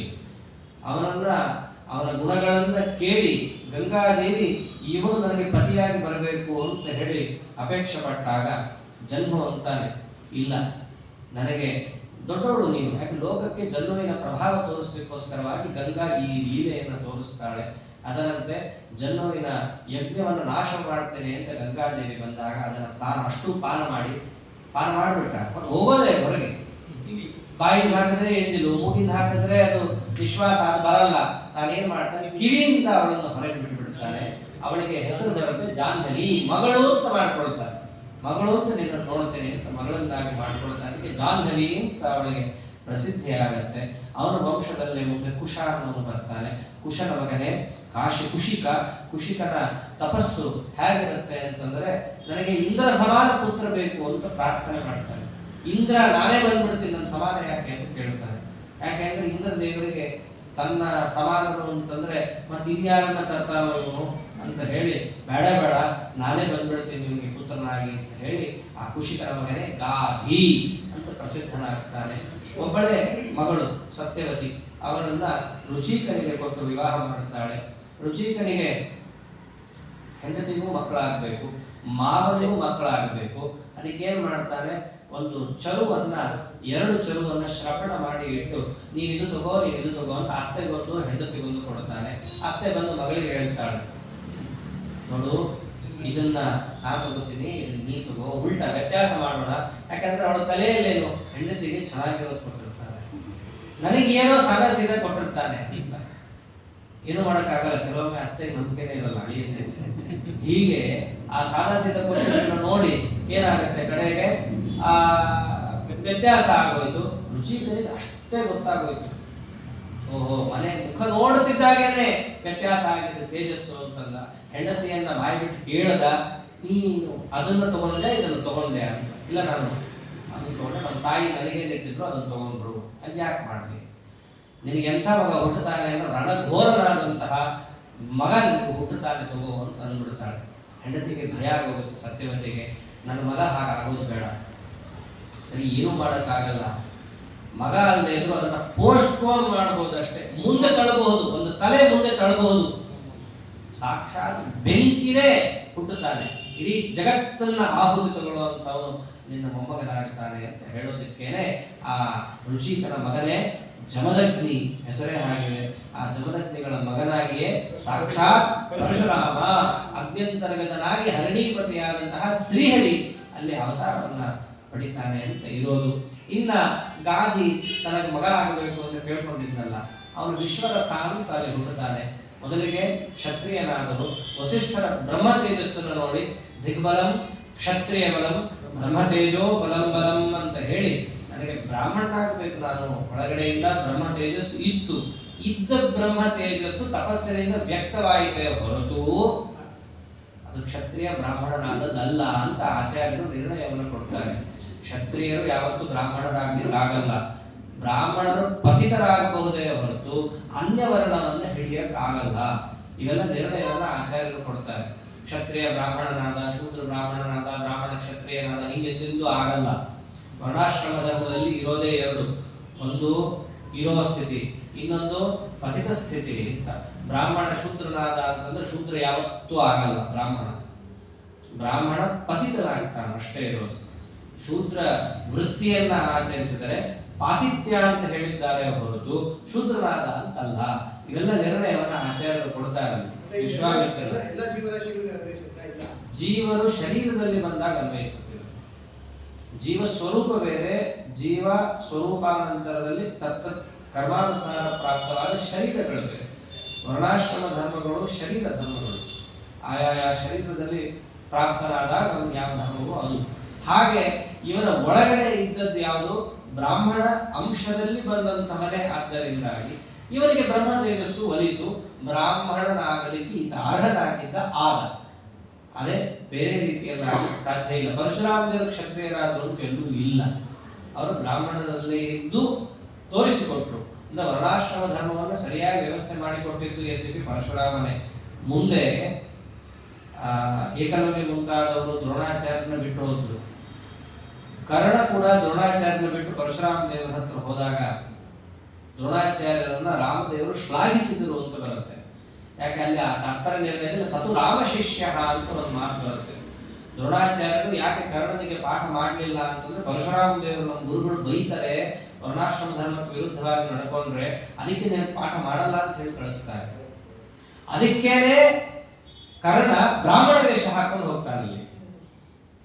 ರಾಮದೇವರು ಸುಮ್ಮನೆ ಅಂದ್ರೆ ಪರಶುರಾಮ ದೇವರು ಸುಮ್ಮನೆ ಕಾರುಣ್ಯ ಮಾಡೋನೇ ಆಗಿದ್ರೆ ವರ್ಣಾಶ್ರಮ ಧರ್ಮವನ್ನ ಏರುಪೇರು ಮಾಡಿ ಹೆಂಗಾದರೂ ಪಾಠ ಮಾಡಿ ಕರುಣಾ ಮಾಡೋನೇ ಆಗಿದ್ರೆ ಇವನು ವೇಷ ಹಾಕೊಂಡು ಹೋಗೋ ಅಗತ್ಯ ಇರಲಿಲ್ಲ. ಇಲ್ಲಿ ಬಯಸ್ಕೊಂಡಿದ್ದ ಕಾರಣ ನೋಡದ ಕ್ಷತ್ರಿಯರಿಗೆ ಪಾಠ ಹೇಳ್ತಾರೆ, ಒಂದು ಹೆಜ್ಜೆ ಮೇಲೆ ಹೋಗೋದಾದ್ರೆ ಅಂತ ಹೇಳಿ ಕ್ಷತ್ರಿಯರಿಗಿಂತಲೂ ಮೇಲಾದ ಬ್ರಾಹ್ಮಣ ವೇಷದಲ್ಲಿ ಹೋಗ್ತಾನೆ. ಪರಶುರಾಮರು ಗೊತ್ತಾಯ್ತು ಮುಂದೆ ನಡಿಬೇಕಲ್ಲ ಲೀಲಾ, ಅದಕ್ಕೆ ಏನ್ ಮಾಡೋದು, ಸುಮ್ಮನಿದ್ರು. ನಿಮ್ ಬಾಯಲ್ಲೇ ಬರುತ್ತದು ಮುಂದೆ. ಇಂದ್ರ ದೇವರು ಬಂದು ತೋರಿಸ್ತಾರೆ ಎಲ್ಲ ನೀನ್ ಹಣೆ ಬಾರ, ನೀನೇ ಬಾಯಿ ಬಿಟ್ಟು ಹೇಳ್ತೀಯಾ, ಯಾಕೆ ಶಾಪ ಕೊಡ್ಬೇಕಲ್ಲ. ಮುಂದೆ ಚಕ್ರ ಎತ್ತದೆ ಪ್ರಸಂಗದಲ್ಲೆಲ್ಲ ಬಂದಾಗ ಅವನು ಸರ್ವಜ್ಞ. ಒಂದು ಕೆಲಸ ಮಾಡ್ಬೇಕಂದ್ರೆ ಸಾಮಾನ್ಯರೇ ಚೆಸ್ ಆಡ್ಬೇಕಾದ್ರೆ ಮುಂದಿದ್ದೇನು ಯೋಚನೆ ಮಾಡ್ತಾರೆ, ಇವನು ಸರ್ವಜ್ಞ ಈಶ್ವರ ತಮಸ್ ಅದು ಸರ್ವಶಕ್ತಿ. ಅನೇಕ ವಸ್ತುಗಳನ್ನು ಮನಸ್ಸಿನಲ್ಲಿಟ್ಟುಕೊಂಡು ಕಾರ್ಯವನ್ನು ಮಾಡುವಂತಹ ಪರಮಾತ್ಮ ಚಾತುರ್ವರ್ಣ್ಯ ಚತುರಾಶ್ರಮ ಸಂರಕ್ಷಕ ಅಂತ ಜಗತ್ತಿನಲ್ಲಿ ತೋರಿಸೋದಕ್ಕೋಸ್ಕರ ದ್ರೋಣಾಚಾರ್ಯರಿಂದ ಅವನಿಗೆ ಪಾಠ ಹೇಳಿಸದೆ ಮುಂದಿನ ಲೀಲೆಗೆ ಅನುಗುಣವಾಗಲಿಕ್ಕೋಸ್ಕರ ಬ್ರಾಹ್ಮಣನಾಗಿ ಬಂದ ಅವನಿಗೆ ತಾನು ಪಾಠವನ್ನು ಹೇಳಿ ನಾನು ಚಾತುರ್ವರ್ಣ್ಯ ಸಂರಕ್ಷಕ ಅನ್ನೋದನ್ನು ತೋರಿಸೋದಕ್ಕೋಸ್ಕರ ಶಾಪವನ್ನು ಕೊಟ್ಟ ಮುಂದೆ. ಇದು ಆ ಪರಶುರಾಮ ದೇವರ ಲೀಲಾ. ಇದನ್ನ ತಿಳಿಸ್ತಾ ಇದ್ದಾರೆ. ಇವೆಲ್ಲ ಬಂದದ್ದು ಯಾರಲ್ಲಿ? ಅಮಾವಸು ಅಂತ ಯಾವ ಕುದೂರವನ ಮಗ ಇದ್ದಾನೋ ಅವನ ವಂಶದಲ್ಲಿ ಇವೆಲ್ಲ ಬರುತ್ತೆ. ಆ ವಿಶ್ವಾಮಿತ್ರರ ಅನೇಕ ಮಕ್ಕಳು ಹಿಂದೆ ಹೇಳಿದಂತೆ ಅಜೀಗರ್ತ ಮುಂತಾದಂತಹ ಮಕ್ಕಳನ್ನ ವಿಶ್ವಾಮಿತ್ರರು ಪಡಿತಾರೆ. ಶಾಲಾವರ್ತ್ಯಾದಿ ತಮ್ಮ ಪತ್ನಿಯರಲ್ಲಿ. ಅದರಂತೆ ಅವನ ಮೊದಲನೇ ಮಗ ಆಯು ಅಂತ, ಇವನೇ ಪ್ರಸಿದ್ಧನಾಗಿ ಪ್ರಥಿತನಾಗಿ ಬರುವವ. ಈ ಆಯುವಿಗೆ ನಹುಷ, ರಜಿ, ರಂಭ, ವೃದ್ಧಶರ್ಮ, ಅನೇನ ಅಂತ ಹೇಳಿ ಅನೇಕ ಮಕ್ಕಳು, 5 ಜನ. ಅದರಲ್ಲಿ ಪ್ರಧಾನ ನಹುಷ ಎಲ್ಲರಿಗೂ ತಿಳಿದಂತೆ. ಆದರೆ ಇಲ್ಲಿ ವಿಶೇಷವಾಗಿ ಒಂದು ಕಥೆ ಹೇಳ್ತಾರೆ. ರಜಿ ಅಂತ ಒಬ್ಬ ರಾಜ, ಅವನಿಗೆ 500 ಜನ ಮಕ್ಕಳು. ಯುದ್ಧದಲ್ಲಿ ದೇವತೆಗಳಿಗೆ ಸಹಾಯ ಮಾಡುವಾಗ ಕರಾರ್ ಹಾಕಿ ಸಹಾಯ ಮಾಡ್ತಾನೆ. ನನಗೆ ನೀನು ದೇವಲೋಕದಲ್ಲಿ ಇಂದ್ರಪಟ್ಟ ಕೊಟ್ಟರೆ ನಾನು ಸಹಾಯ ಮಾಡ್ತೀನಿ. ಒಪ್ಪಲೇಬೇಕಾಯ್ತು ಇಂದ್ರದೇವರಿಗೆ, ಅನಿವಾರ್ಯ ಸ್ಥಿತಿ. ದೈತ್ಯರು ಕೂಡ ಕೇಳಿದ್ರು, ದೈತ್ಯರು ಕೂಡ ಒಬ್ಬ ಬಲಿಷ್ಠ ತಮ್ಮ ಕಡೆ ಬೇಕಾಗಿತ್ತು. ರಜಿ ಅಲ್ಲೂ ಕರಾರ್ ಹಾಕ್ದ, ನೀವು ನನಗೆ ಇಂದ್ರಪಟ್ಟ ಕೊಟ್ಟರೆ ನಾನು ನಿಮ್ಮ ಕಡೆ ಯುದ್ಧ ಮಾಡ್ತೀನಿ ಅಂತ. ದೈತ್ಯರು ಹೋಗಿ ನಿನಗ್ಯಾರು ಕೊಡ್ತಾರೆ, ಪ್ರಹ್ಲಾದನಿಗೆ ಇಂದ್ರ ನೀನಲ್ಲ ಅಂತಂದ್ರು. ಹಾಗಾಗಿ ಅವ್ರ ಕಡೆ ಯುದ್ಧ ಮಾಡೋ ಪ್ರಸಂಗ ಬರಲಿಲ್ಲ. ದೇವೇಂದ್ರನಿಗೆ ಬಲ ಹಾಕೋದು ಬೇಕಾಗಿತ್ತು, ಒಪ್ಪಿಕೊಂಡಿದ್ದಕ್ಕೆ ಯುದ್ಧ ಆಯಿತು. ಯುದ್ಧ ಆದ್ಮೇಲೆ ಗೆದ್ರು ದೇವತೆಗಳು. ಗೆದ್ದ ಮೇಲೆ ಕೊಡ್ಬೇಕಲ್ಲ ಇಂದ್ರಪಟ್ಟ. ಇಂದ್ರದೇವರಂದ್ರು, ನೀನ ತಂದೆ ಆಗೋದೆ, ಮಕ್ಕಳಿಗೆ ಬೇಡಿದ್ದನ್ನ ಕೊಟ್ಟು ಆಪತ್ತು ಪರಿಹಾರ ಮಾಡುವವ ತಂದೆ ಅಂತ ಪ್ರಸಿದ್ಧ. ನೀನ್ ನನ್ನ ತಂದೆ ಆದೆ, ತಂದೆ ಆಗಿ ಮಕ್ಕಳದನ್ನ ಹೆಂಗ್ ಕಿತ್ಕೋತೀಯ? ಕಿತ್ಕೊಳ್ಳೋದು ಸರಿಯಲ್ಲ. ಇಂದ್ರದೇವರ ತಲೆನೇ ತಲೆ. ಆಯ್ತು ಸರಿ, ಏನು ಮಾಡೋದು? ಸರಿ, ಭೂಲೋಕದಲ್ಲೇ ಉಳ್ಕೊಂಡ ರಜಿ ಏನೋ ಉಳ್ಕೊಂಡ. ಅವನಿಗೆ 500 ಜನ ಮಕ್ಕಳಿದ್ರು. ಅಪ್ಪ ಹೋದ ಮೇಲೆ ಅವ್ರೇನಂದ್ರು, ನಮ್ಮ ಅಪ್ಪನ ಆಸ್ತಿ ನಮಗೆ ಸೇರಿದ್ದು, ಸ್ವರ್ಗಲೋಕ ನಮ್ಮ ಅಪ್ಪಂದು, ಇಂದ್ರದೇವರು ನಮ್ಮ ದಾಯಾದಿ, ನಾವೇನ್ ಮಾಡಬೇಕು? ಇಂದ್ರಲೋಕಕ್ಕೆ ಹೋಗ್ತೀವಿ, ನಮ್ದೊಂದು ಕೂತ್ಕೋತೀವಿ ಅಂತಂದ್ರು. ಇಂದ್ರದೇವರು ಮಾತೇ ಆಡಂಗಿಲ್ಲ, ಒಪ್ಕೋಬೇಕು. ಒಪ್ಕೊಂಡ. ಎಲ್ಲಿ ತನಕ ಹೋದ್ರು, ಎಲ್ಲ ಆಹುತಿಗಳು ನಮಗೂ ಬರಬೇಕು ಅಂತ. ಸರಿ ತಗೋಪ್ಪ ಅಂತ ಕೊಟ್ರು. ಎಲ್ಲ ಆಹುತಿಗಳು ಡಿವೈಡ್ ಆಗಬೇಕು. ಒಂದು ಮನೆಯಲ್ಲಿ 1 ರೂಪಾಯಿ ಬಂದ್ರೆ ಒಬ್ಬರಿಗೆ ಸಾಗುತ್ತೆ. ಆದ್ರೆ 500 ಜನ ಬಂದು ಕೂತ್ರೆ ಎಷ್ಟಂತ ನಾವು ವಿಂಗಡಣೆ ಮಾಡೋದು? ಇಂದ್ರದೇವರಿಗೆ ಏನೂ ಸಿಗ್ತಾ ಇರಲಿಲ್ಲ. ಕಡೆಗೆ ಸಣ್ಣ ಆಗೋಗಿದ್ರು ಇಂದ್ರದೇವರು. ದಿನ ಗುರುಗಳ ಮನೆಗೆ ಹೋಗಿ ನಮಸ್ಕಾರ ಮಾಡಬೇಕಲ್ಲ, ಹಾಗೆ ಬೃಹಸ್ಪತ್ಯಾಚಾರ ಮನೆಗೆ ಹೋಗಿ ನಮಸ್ಕಾರವನ್ನು ಮಾಡುತ್ತಿದ್ದಾಗ ಬೃಹಸ್ಪತ್ಯಾಚಾರ ಅಂದ್ರೆ, ಯಾಕಪ್ಪ ದೇವೇಂದ್ರ ಹಿಂಗೆ ಯಾಕಾಗಿದೆ ನಿಮ್ಮ ಸ್ಥಿತಿ? ನಿತ್ಯ ನೋಡ್ತಾ ಇದ್ದೀರಿ ಆಸ್ಥಾನದಲ್ಲಿ ಬಂದು 500 ಜನ ದಾಖಲೆ ಹಾಕ್ತಾನೆ ಇದ್ದಾರೆ, ಯೋಗ್ಯರಲ್ಲ ಅಯೋಗ್ಯರಿದ್ದಾರೆ, ಅದನ್ನ ಏನ್ ಮಾಡ್ಲಿ ಅಂತ ಹೇಳಿ ಇಂದ್ರದೇವರಂದಾಗ, ನಾ ಮಾಡ್ತೀನಿ ತಂದು ಬೃಹಸ್ಪತ್ಯಾಚಾರ. ಬೇಡದಿರೋ ವರ ಕೊಟ್ಬಿಡ್ತೀರಿ, ಆಮೇಲೆ ನಾವು ಅದನ್ನ ಬಂದು ಸರಿ ಮಾಡ್ಬೇಕಾಗತ್ತೆ ಅಂತಂದ್ರು. ಅದರಂತೆ ಆಗ ಬೃಹಸ್ಪತ್ಯಾಚಾರ್ಯರು ಲೋಕಕ್ಕೆ ಪರಿಚಯಿಸಿದ್ದೇ ನಾಸ್ತಿಕವಾದ. ಆ ರಜಿಗಳ ಮಕ್ಕಳ ಹತ್ರ ಹೋಗ್ಬಿಟ್ಟು, ನೀವು ಯಾವ ವೇದಶಾಸ್ತ್ರಗಳನ್ನು ಹಿಡಿದಿದ್ದೀರೋ ಅವೆಲ್ಲ ಅಪ್ರಮಾಣ, ಸ್ವರ್ಗ ನರಕಗಳಿಲ್ಲ. ಇದು ಸ್ವರ್ಗ ಯಾಕಾಗತ್ತೆ? ಕಣ್ಣು ಕಾಣುತ್ತಾನೆ ಅಂದ್ರೆ ಸ್ವರ್ಗ ಹೇಗೆ? ಇವೆಲ್ಲ ಲೌಕಿಕನೇ, ಅಲೌಕಿಕ ಅಲ್ಲ ಅಂತ ವಿತಂಡವಾದ ಇವೆಲ್ಲವನ್ನ ಹೇಳುತ್ತಾ, ಎಲ್ಲ ಒಂದು ಬ್ರಾಹ್ಮಣರೆಲ್ಲ ಹೇಳ್ತಾರಲ್ಲ, ಅದೆಲ್ಲ ಸುಮ್ಮನೆ ಹೇಳ್ತಾರೆ. ಅವ್ರು ಹೊಟ್ಟೆ ಹೊಲ್ಕೊಳಕ್ಕೆ ಇವೆಲ್ಲ ಬರ್ಕೊಂಡಿದ್ದು ವೇದಶಾಸ್ತ್ರಗಳೆಲ್ಲವೂ ಕೂಡ ಇವರೆಲ್ಲ ಬ್ರಾಹ್ಮಣರು ಬರ್ಕೊಂಡಿದ್ದು. ಏನ್ ಈಗಿನವರೆಲ್ಲ ಮಾತಾಡ್ತಾರಲ್ಲ, ಮಣ್ಣದು ತನಿಶಾಚರ, ಚೆನ್ನಾಗಿದೆ ಅವ್ರ ಮತ. ಈಗಿನವರು ಏನು ಬ್ರಾಹ್ಮಣರನ್ನು ಬೈಲಿಕ್ಕೆ ಶಬ್ದಗಳನ್ನು ಉಪಯೋಗಿಸ್ತಾರೋ ಪಾಪ, ಅದು ಯಾವುದು ಇವ್ರದ್ದಲ್ಲದು. ಬೈಲಿಕ್ಕೂ ಬರಲ್ಲ ಸರಿಯಾಗಿ, ಅದನ್ನು ಓದಿದ್ರೆ ಇಲ್ಲ ಚೆನ್ನಾಗಿ ಬೈಯಕ್ಕೆ ಬರುತ್ತೆ ಅವ್ರಿಗೆ. ಆ ನಾಸ್ತಿಕ ಮತದಲ್ಲಿ ಬಹಳ ಜನ ಬೈದುಕೊಂಡಿದ್ದಾರೆ. ಈಗಿನ ಕಾಲದವರ ದಡತನ ಎಷ್ಟಿದೆ ಅನ್ನೋದು ಇದರಲ್ಲೇ ಸ್ಪಷ್ಟ ಆಗುತ್ತೆ. ಬೈಯಕ್ಕೂ ಬರಲ್ಲ ಇವರಿಗೆ ಸರಿಯಾಗಿ. ಅಷ್ಟು ನಾಸ್ತಿಕ ಮತದಲ್ಲಿ ವೇದ ಶಾಸ್ತ್ರ ಅದನ್ನು ಹೇಳುವ ಬ್ರಾಹ್ಮಣರು ದೇವ ಎಲ್ಲವನ್ನ ನಿಂದೆ ಮಾಡಿಕೊಟ್ಟಿದ್ದಾರೆ. ಬರೀ ನಿಂದ ಅಷ್ಟೇ, ಅದಕ್ಕೆ ಕಾರಣ ಎಲ್ಲ ಕೇಳಬಾರ್ದು. ಅಷ್ಟೆಲ್ಲ ಮಕ್ಕಳಿಗೆ ಹೇಳಿದಾಗ ಅವ್ರಿಗೆ ಅದೇ ಹೌದು ಅನಿಸ್ಬಿಡ್ತು. ಹಾಗಿದೆ ಅದು ನಾಸ್ತಿಕ ಮತ. ಅನ್ಸಿದ್ದೇ ತಡ, ಯಾವಾಗ ವೇದ ಅಪ್ರಾಮಾಣ್ಯ ಬುದ್ಧಿ ಬಂತು ಅವರ ಪುಣ್ಯ ಹ್ರಾಸ ಆಯಿತು. ಇಂದ್ರದೇವರು ಎಲ್ಲರನ್ನೂ ಕಪಾಳ ಕೊಡು ಕೆಳಗೆ ಹಾಕಿದ್ದಾರೆ. ಅಂದ್ರೆ ಅರ್ಥ ಇಷ್ಟೇ, ಸ್ವರ್ಗಾದಿ ಪ್ರವೇಶಕ್ಕೆ ನಮಗೆ ಕಾರಣವಾದದ್ದು ವೇದ ಪ್ರಾಮಾಣ್ಯ ಬುದ್ಧಿ, ಹರಿಸರ್ವೋತ್ತಮತ್ವಾದ ಬುದ್ಧಿ ಅನ್ನೋದು ಅವಶ್ಯಕವಾಗುತ್ತೆ. ಅದನ್ನ ಬಿಟ್ಟರೆ ಅಲ್ಲಿಂದ ಚ್ಯುತಿ ಅನ್ನೋದು ನಿಶ್ಚಿತ. ಹೀಗೆ ನಾಸ್ತಿಕ ಮತವನ್ನ ಹಿಡಿಬಾರದು, ಆಸ್ತಿಕ ಮತವನ್ನು ಹಿಡಿಬೇಕು ಅನ್ನೋದು ತತ್ವವನ್ನ ಆ ಚರಿತ್ರೆಯನ್ನು ನಾವು ತಿಳ್ಕೋಬಹುದು. ಇದು ರಜಿಯ ಕಥೆ. ಆದರೆ ಇನ್ನ ಹಿರಿಯ ನಹುಷ ದೊಡ್ಡ ಚಕ್ರವರ್ತಿ, ಅವನ ಪರಾಕ್ರಮ ಏನು ಅಂದ್ರೆ 100 ಅಶ್ವಮೇಧ ಮಾಡಿದ್ದ ಅಂತ. ಅದಕ್ಕೆ ಅವನನ್ನು ಮುಂದೆ ಇಂದ್ರ ಪಟ್ಟಕ್ಕೆ ಹೋಗಿ ಕೂಡಿಸ್ತಾರೆ. 1 ಅಶ್ವಮೇಧ ಅಂತಂದ್ರೆ ಕುದುರೆ ಯಾವ್ಯಾವ ಕಡೆ ಹೋಗುತ್ತೋ ಪ್ರತಿಯೊಂದು ಕಡೆ ಆ ಕುದುರೆಯನ್ನ ತಡೆಯೋರು ಯಾರು ಇರಬಾರ್ದು. ತಡೆದ್ರೆ ಒಂದು ವೇಳೆ ಅವರನ್ನ ಸಂಪೂರ್ಣ ದಮನ ಮಾಡಿ ಅವರಿಂದ ಕಪ್ಪ ಕಾಣಿಕೆ ವಸೂಲಿ ಮಾಡೋ ಸಾಮರ್ಥ್ಯ ಹೊಂದಿರಬೇಕು. ಇದು ಒಂದು ಸರ್ತಿ ಅಲ್ಲ, 100 ಆವರ್ತಿ ಅಶ್ವಮೇಧವನ್ನು ಮಾಡಿ ಪರಮಾತ್ಮನನ್ನು ಸುಪ್ರೀತಿಗೊಳಿಸಿದ ಮಹಾ ಚಕ್ರವರ್ತಿ. ಅಂತಹ ನಹುಷ ಅವನಿಗೆ ಮಗನಾಗಿ ಬರ್ತಾನೆ. ಅಂತಹ ನಹುಷನದ್ದು ಒಂದು ದೊಡ್ಡ ಚರಿತ್ರೆ, ಅದನ್ನ ಹೇಳ್ತೀನಿ. ಅಷ್ಟರಲ್ಲಿ ಮಧ್ಯದಲ್ಲಿ ಒಂದು ವಿಚಾರವನ್ನು ತಗೊಳ್ತಾರೆ. ಇದೇ ಆಯುವಿಗೆ ಅನೇನ ಅಂತ ಒಬ್ಬ ಮಗ ಇರ್ತಾನೆ. ಅವನ ವಂಶದಲ್ಲಿ ಸಾಕ್ಷಾತ್ ಧನ್ವಂತರಿ ಅವತಾರ ಮಾಡ್ತಾನೆ ಅಂತ ತಿಳಿಸ್ತಾರೆ. ಅದು ಹೇಗೆ ಅಂತ ಕೇಳಿದಾಗ ಆ ಅನೇನರಿಗೆ ಪ್ರತಿಕ್ಷತ್ರ ಅಂತ ಒಬ್ಬ ರಾಜ, ಅವನ ವಂಶದಲ್ಲಿ ಬರೋನೇ ಕಾಶಕ. ಕಾಶಕನ ಮಗನೇ ದೀರ್ಘ ತಪಸ್ ಅಂತ ಸುಳಾದಿಯನ್ನು ಬರುತ್ತೆ. ದೀರ್ಘ ತಪನಂದನ ದೇವ ಶಶಿವರ್ಣ ಪ್ರಕಾಶ ಪ್ರಭುವೇ ವಿಭುವೇ ಅಂತ ವಿಜಯದಾಸರು ಕೂಡ ಧನ್ವಂತರಿ ಸುಳಾದಿಯಲ್ಲಿ ಧನ್ವಂತರಿಯನ್ನು ಏನಂತ ಕರೆದಿದ್ದಾರೆ? ದೀರ್ಘ ತಪನಂದನ. ದೀರ್ಘ ತಪ ಅಂತ ರಾಜ, ಅವನ ಮಗನಾಗಿ ಪರಮಾತ್ಮ ಅವತಾರ ಮಾಡುತ್ತಾನೆ ಧನ್ವಂತರಿಯಾಗಿ. ಭರದ್ವಾಜರಿಂದ ಅಷ್ಟಾಂಗ ಯೋಗ ಪೂರ್ಣವಾದ ಆಯುರ್ವೇದವನ್ನ ಕೇಳಿದಂತೆ ಮಾಡಿ, ಯಾಕೆ ಗುರು ಪರಂಪರೆಯನ್ನು ಉಳಿಸ್ಕೊಂಡ್ ಬರಬೇಕಲ್ಲ, ಅದರಂತೆ ಕೇಳಿದಂತೆ ಮಾಡಿ ಇಡೀ ಜಗತ್ತಿಗೆ ಆಯುರ್ವೇದವನ್ನು ಉಪದೇಶ ಮಾಡಿದ ಮಹಾಪ್ರಭು, ಪೂಜ್ಯ ಪೂಜಕನಾಗಿ ಆಯುರ್ವೇದವನ್ನು ಜಗತ್ತಿಗೆ ಕೊಟ್ಟು ತನ್ನ ಸ್ಮರಣೆ ಮಾತ್ರದಿಂದ ಇಡೀ ಜಗತ್ತಿನ ಪಾಪ ಪ್ರಯುಕ್ತವಾದ ರೋಗ ಇವನ್ನ ಪರಿಹಾರ ಮಾಡುವ ದೊಡ್ಡ ಭಗವದವತಾರ ಅನ್ನೋದಲ್ಲ ಆಗತ್ತೆ. ಧನ್ವಂತರಿ ಶಬ್ದಕ್ಕೆ ಅರ್ಥ ಇಷ್ಟೇ, ಧನ್ವ ಅಂದ್ರೆ ಪಾಪ, ಅದನ್ನ ಯಾರು ತರಿಯುತ್ತಾನೋ ಅವನು ಧನ್ವಂತರಿ ಅಂತ. ಪಾಪ ಪರಿಹಾರಕ, ಎಲ್ಲಾ ರೋಗಕ್ಕೂ ಕೂಡ ಕಾರಣ ಪಾಪ. ಆದ್ದರಿಂದ ಆ ಪಾಪ ನಾಶವಾಯಿತು ಅಂತಂದ್ರೆ ರೋಗ ಪರಿಹಾರವಾಗುತ್ತೆ. ಪಾಪ ನಾಶ ಆಗೋದು ಹೇಗೆ? ಯಸ್ಮರೇ ಪುಂಡರೀಕಾಕ್ಷಂ, ಆ ಧನ್ವಂತರಿ ನಾಮಕ ಪರಮಾತ್ಮನನ್ನ ಸ್ಮರಣೆ ಮಾಡಿದರೆ ಸರ್ವ ಪಾಪವನ್ನು ಪರಿಹಾರ ಮಾಡ್ತಾನೆ. ಅದು ಲೌಕಿಕ ಅಲೌಕಿಕ ಎಂಥದ್ದೇ ಆಗಿರಲಿ ಅದನ್ನು ಪರಿಹಾರ ಮಾಡುವಂತಹ ಭಗವದ್ರೂಪ ಧನ್ವಂತರಿ.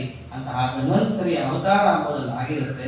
ಆ ಧನ್ವಂತರಿಯ ಮಗನೇ ಕೇತುಮಾನ್, ಅವನ ಮಗನೇ ಭಗೀರಥ, ಭಗೀರಥನ ಮಗನೇ ದಿವೋದಾಸ.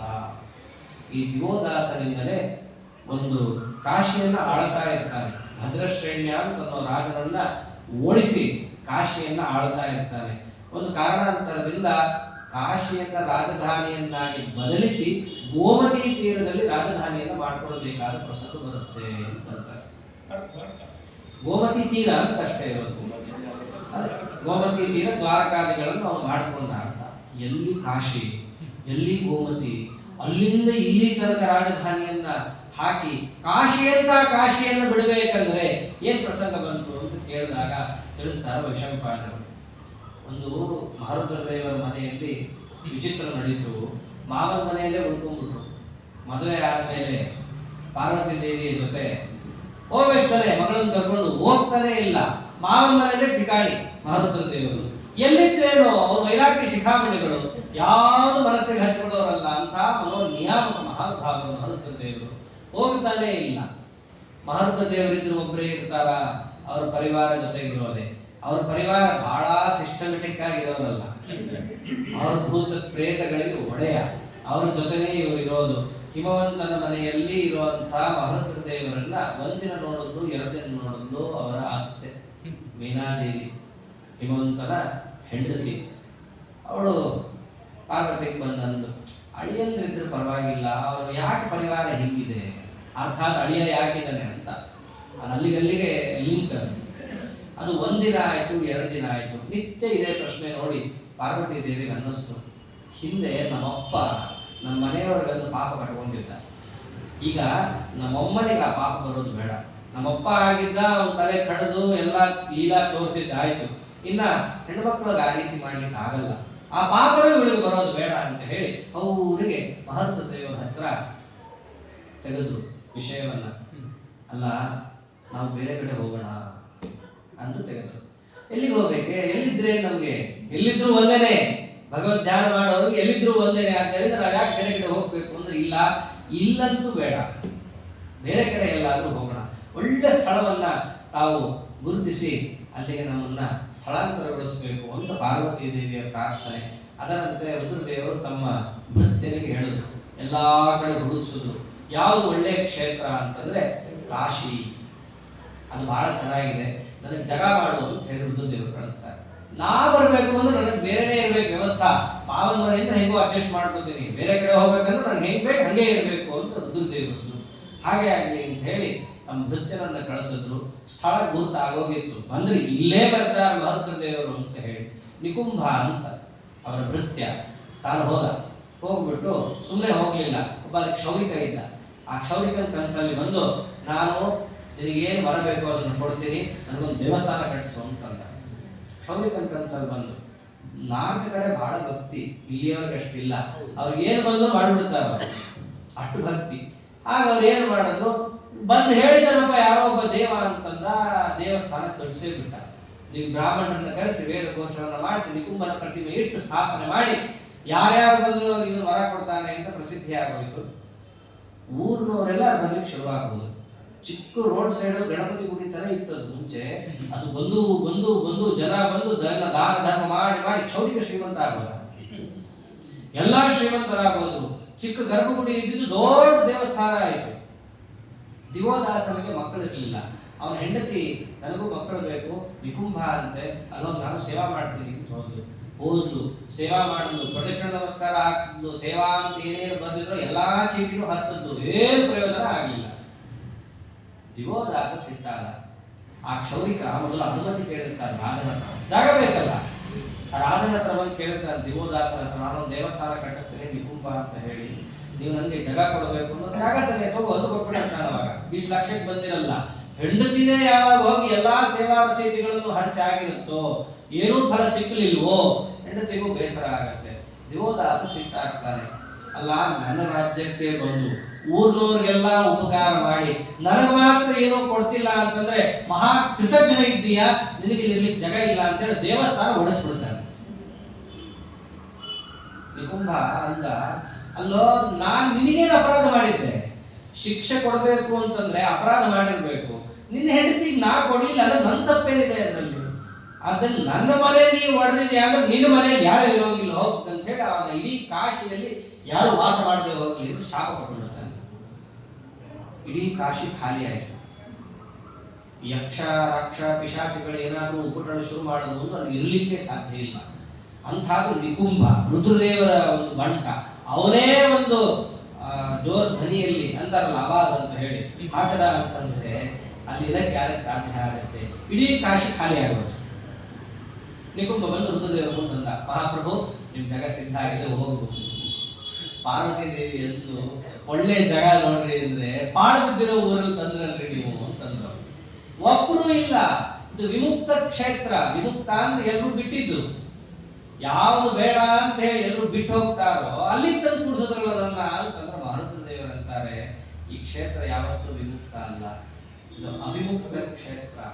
ಯಾವ ಪರಮಾತ್ಮ ಈ ಸ್ಥಳದಲ್ಲಿ ನಿತ್ಯ ಬಿಂದು ಮಾಧವ ರೂಪದಲ್ಲಿ ಸನ್ನಿಧಾನ ಇಟ್ಟಿದ್ದಾನೋ, ಯಾವ ಪರಮಾತ್ಮನ ಪಾದೋದಕ ನಿತ್ಯ ಇಲ್ಲಿ ಹರಿದು ಎಲ್ಲರನ್ನು ಪವಿತ್ರಗೊಳಿಸುತ್ತೋ, ಯಾವ ಸ್ಥಳದಲ್ಲಿ ಪರಮಾತ್ಮನ ಸೇವೆಯನ್ನು ಮಾಡಲಿಕ್ಕೆ ಎಲ್ಲಾ ದೇವಾದಿ ದೇವತೆಗಳು ಇಲ್ಲಿ ಸನ್ನಿಹಿತರಾಗಿದ್ದಾರೋ ಅವ್ರು ಯಾರು ಈ ಕ್ಷೇತ್ರವನ್ನು ಎಂದೂ ಬಿಟ್ಟಿಲ್ಲ. ಇದು ಅವರಿಂದ ವಿಮುಕ್ತ ಅಲ್ಲ, ಇದು ಅವಿಮುಕ್ತ ಕ್ಷೇತ್ರವಾಗಿದೆ. ಇಲ್ಲೇ ನಾ ಬಂದಿರ್ತೀನಿ. ಬಂದೇನು ಮಾಡ್ತೀರಿ?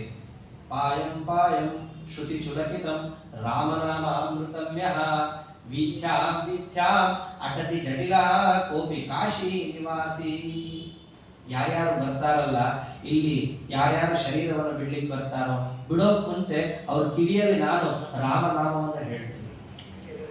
ರಾಮನಾಮವನ್ನ ಅವರ ಕಿವಿಯಲ್ಲಿ ಉಪದೇಶ ಮಾಡ್ತಾ ಬಂದವರಿಗೆಲ್ಲರಿಗೂ ಹರಿಸರ್ವೋತ್ತಮ ತತ್ವವನ್ನು ಅವರಿಗೆ ತಿಳಿಸಿಕೊಡ್ತಾ ಅವರನ್ನ ನಾನು ಮೋಕ್ಷ ಕರ್ಕೊಂಡು ಹೋಗ್ತೀನಿ. ನಾನು ಕೂಡ ಸುಮ್ಮನೆ ಕೂಡಲ್ಲ. ಯಾರ್ಯಾರು ಬರ್ತಾರೋ ಸನಕಾದಿಗಳು ಅವರಿಗೆ ತತ್ವೋಪದೇಶವನ್ನು ಮಾಡ್ತಾ ನಾನು ಕೂತಿರ್ತೀನಿ. ನನ್ನ ನಿತ್ಯ ಸನ್ನಿಧಾನ ಕಾಶಿಯಲ್ಲಿರುತ್ತೆ, ಸುಮ್ಮನೆ ನಾನೇನು ಕಾಲಿ ಕೂತಿಲ್ಲ ಅಂತ ಹೇಳಿ ಆ ಮಹರುದ್ರ ದೇವರು ಆ ಕಾಶಿಯಲ್ಲಿ ಹೋಗಿ ನಿವಾಸವನ್ನು ಮಾಡ್ತಾರೆ. ಇದು ಅವಿಮುಕ್ತ ಕ್ಷೇತ್ರ.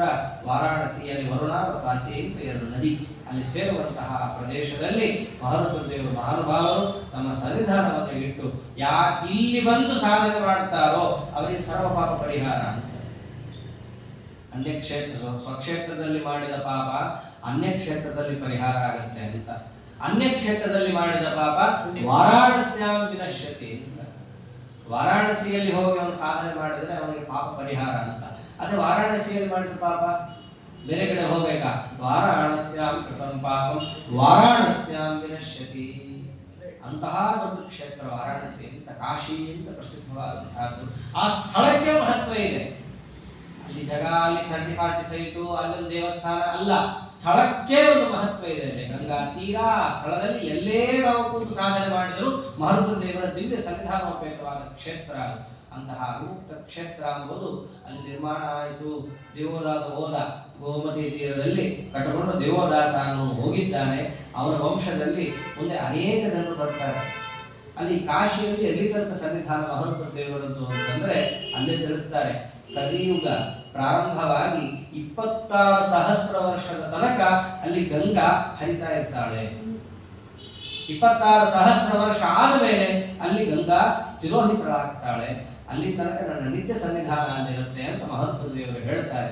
ಕಲಿಯುಗ ಪ್ರಾರಂಭ ಆಗಿ ಈಗಾಗಲೇ ಆಗಿದಲ್ಲ, 5,000 ವರ್ಷ ಚಿಲ್ಲರೆ ಆಗಿದೆ. ಇನ್ನು ಮುಂದಿನ ತನಕ 21,000 ಚಿಲ್ಲರೆ ತನಕ ಅಲ್ಲಿ ಗಂಗಾ ಸನ್ನಿಧಾನ ಎಂಬುದಿರುತ್ತೆ. ಹೀಗೆ ಮಹತ್ವ ದೇವರು ತಿಳಿಸ್ತಾರೆ. ಇದೇ ದಿವೋದಾಸನ ವಂಶದ ಮೇಲೆ ಮುಂದೆ ಬರುವಂತಹ ವ್ಯಕ್ತಿ ಅಲರ್ಕ. ಆ ಅಲರ್ಕನಿಗೇನೆ ದತ್ತಾತ್ರೇಯರು ತರ್ಕೋಪದೇಶವನ್ನು ಮಾಡ್ತಾರೆ, ಬ್ರಹ್ಮೋಪದೇಶವನ್ನು ಮಾಡ್ತಾರೆ ಅಂತ. ಅಲರ್ಕ ಅಂದ್ರೆ ಸಾಮಾನ್ಯವಾಗಿ ಸಂಸ್ಕೃತದಲ್ಲಿ ಹುಚ್ಚನಾಯಿ ಅಂತ ಅರ್ಥ. ಹೌದು, ಅವರ ತಾಯಿ ಮಗನಿಗೆ ಹಾಗೆ ಹೆಸರಿಟ್ಟಿರ್ತಾಳೆ. ಅಲರ್ಕ ಅಂದ್ರೆ ಹುಚ್ಚನಾಯಿ ಅಂತ. ಬ್ರಹ್ಮ ಉಪದೇಶವನ್ನ ದತ್ತಾತ್ರೇಯನಿಂದ ಪಡೆದ ದೊಡ್ಡ ಯೋಗಿಯು. ಅಲರ್ಕನಿಗೆ ಉಪದೇಶ ಮಾಡಿದ್ರು ದತ್ತಾತ್ರೇಯರಲ್ವಾ. ಅಲರ್ಕ ಅಂದ್ರೆ ಹುಚ್ಚನಾಯಿ. ಅರ್ಥ ಮಾಡ್ಕೊಳ್ಳಿಕ್ಕೆ ಬರೆದು ದತ್ತಾತ್ರೇಯನ ಸುತ್ತು ನಾಯಿ ಇಟ್ಟುಬಿಟ್ರು. ಆಹಾ ಒಂದು ಅರ್ಥಜ್ಞಾನ ಇಲ್ಲದೆ ಚಿತ್ರೀಕರಿಸಿದ ಪ್ರಭಾವ ಈಗ ರಸ್ತೆಯಲ್ಲೆಲ್ಲ ನಾವು ನೋಡ್ತಾ ಇದ್ದೇವೆ. 3 ತಲೆ 4 ನಾಯಿ.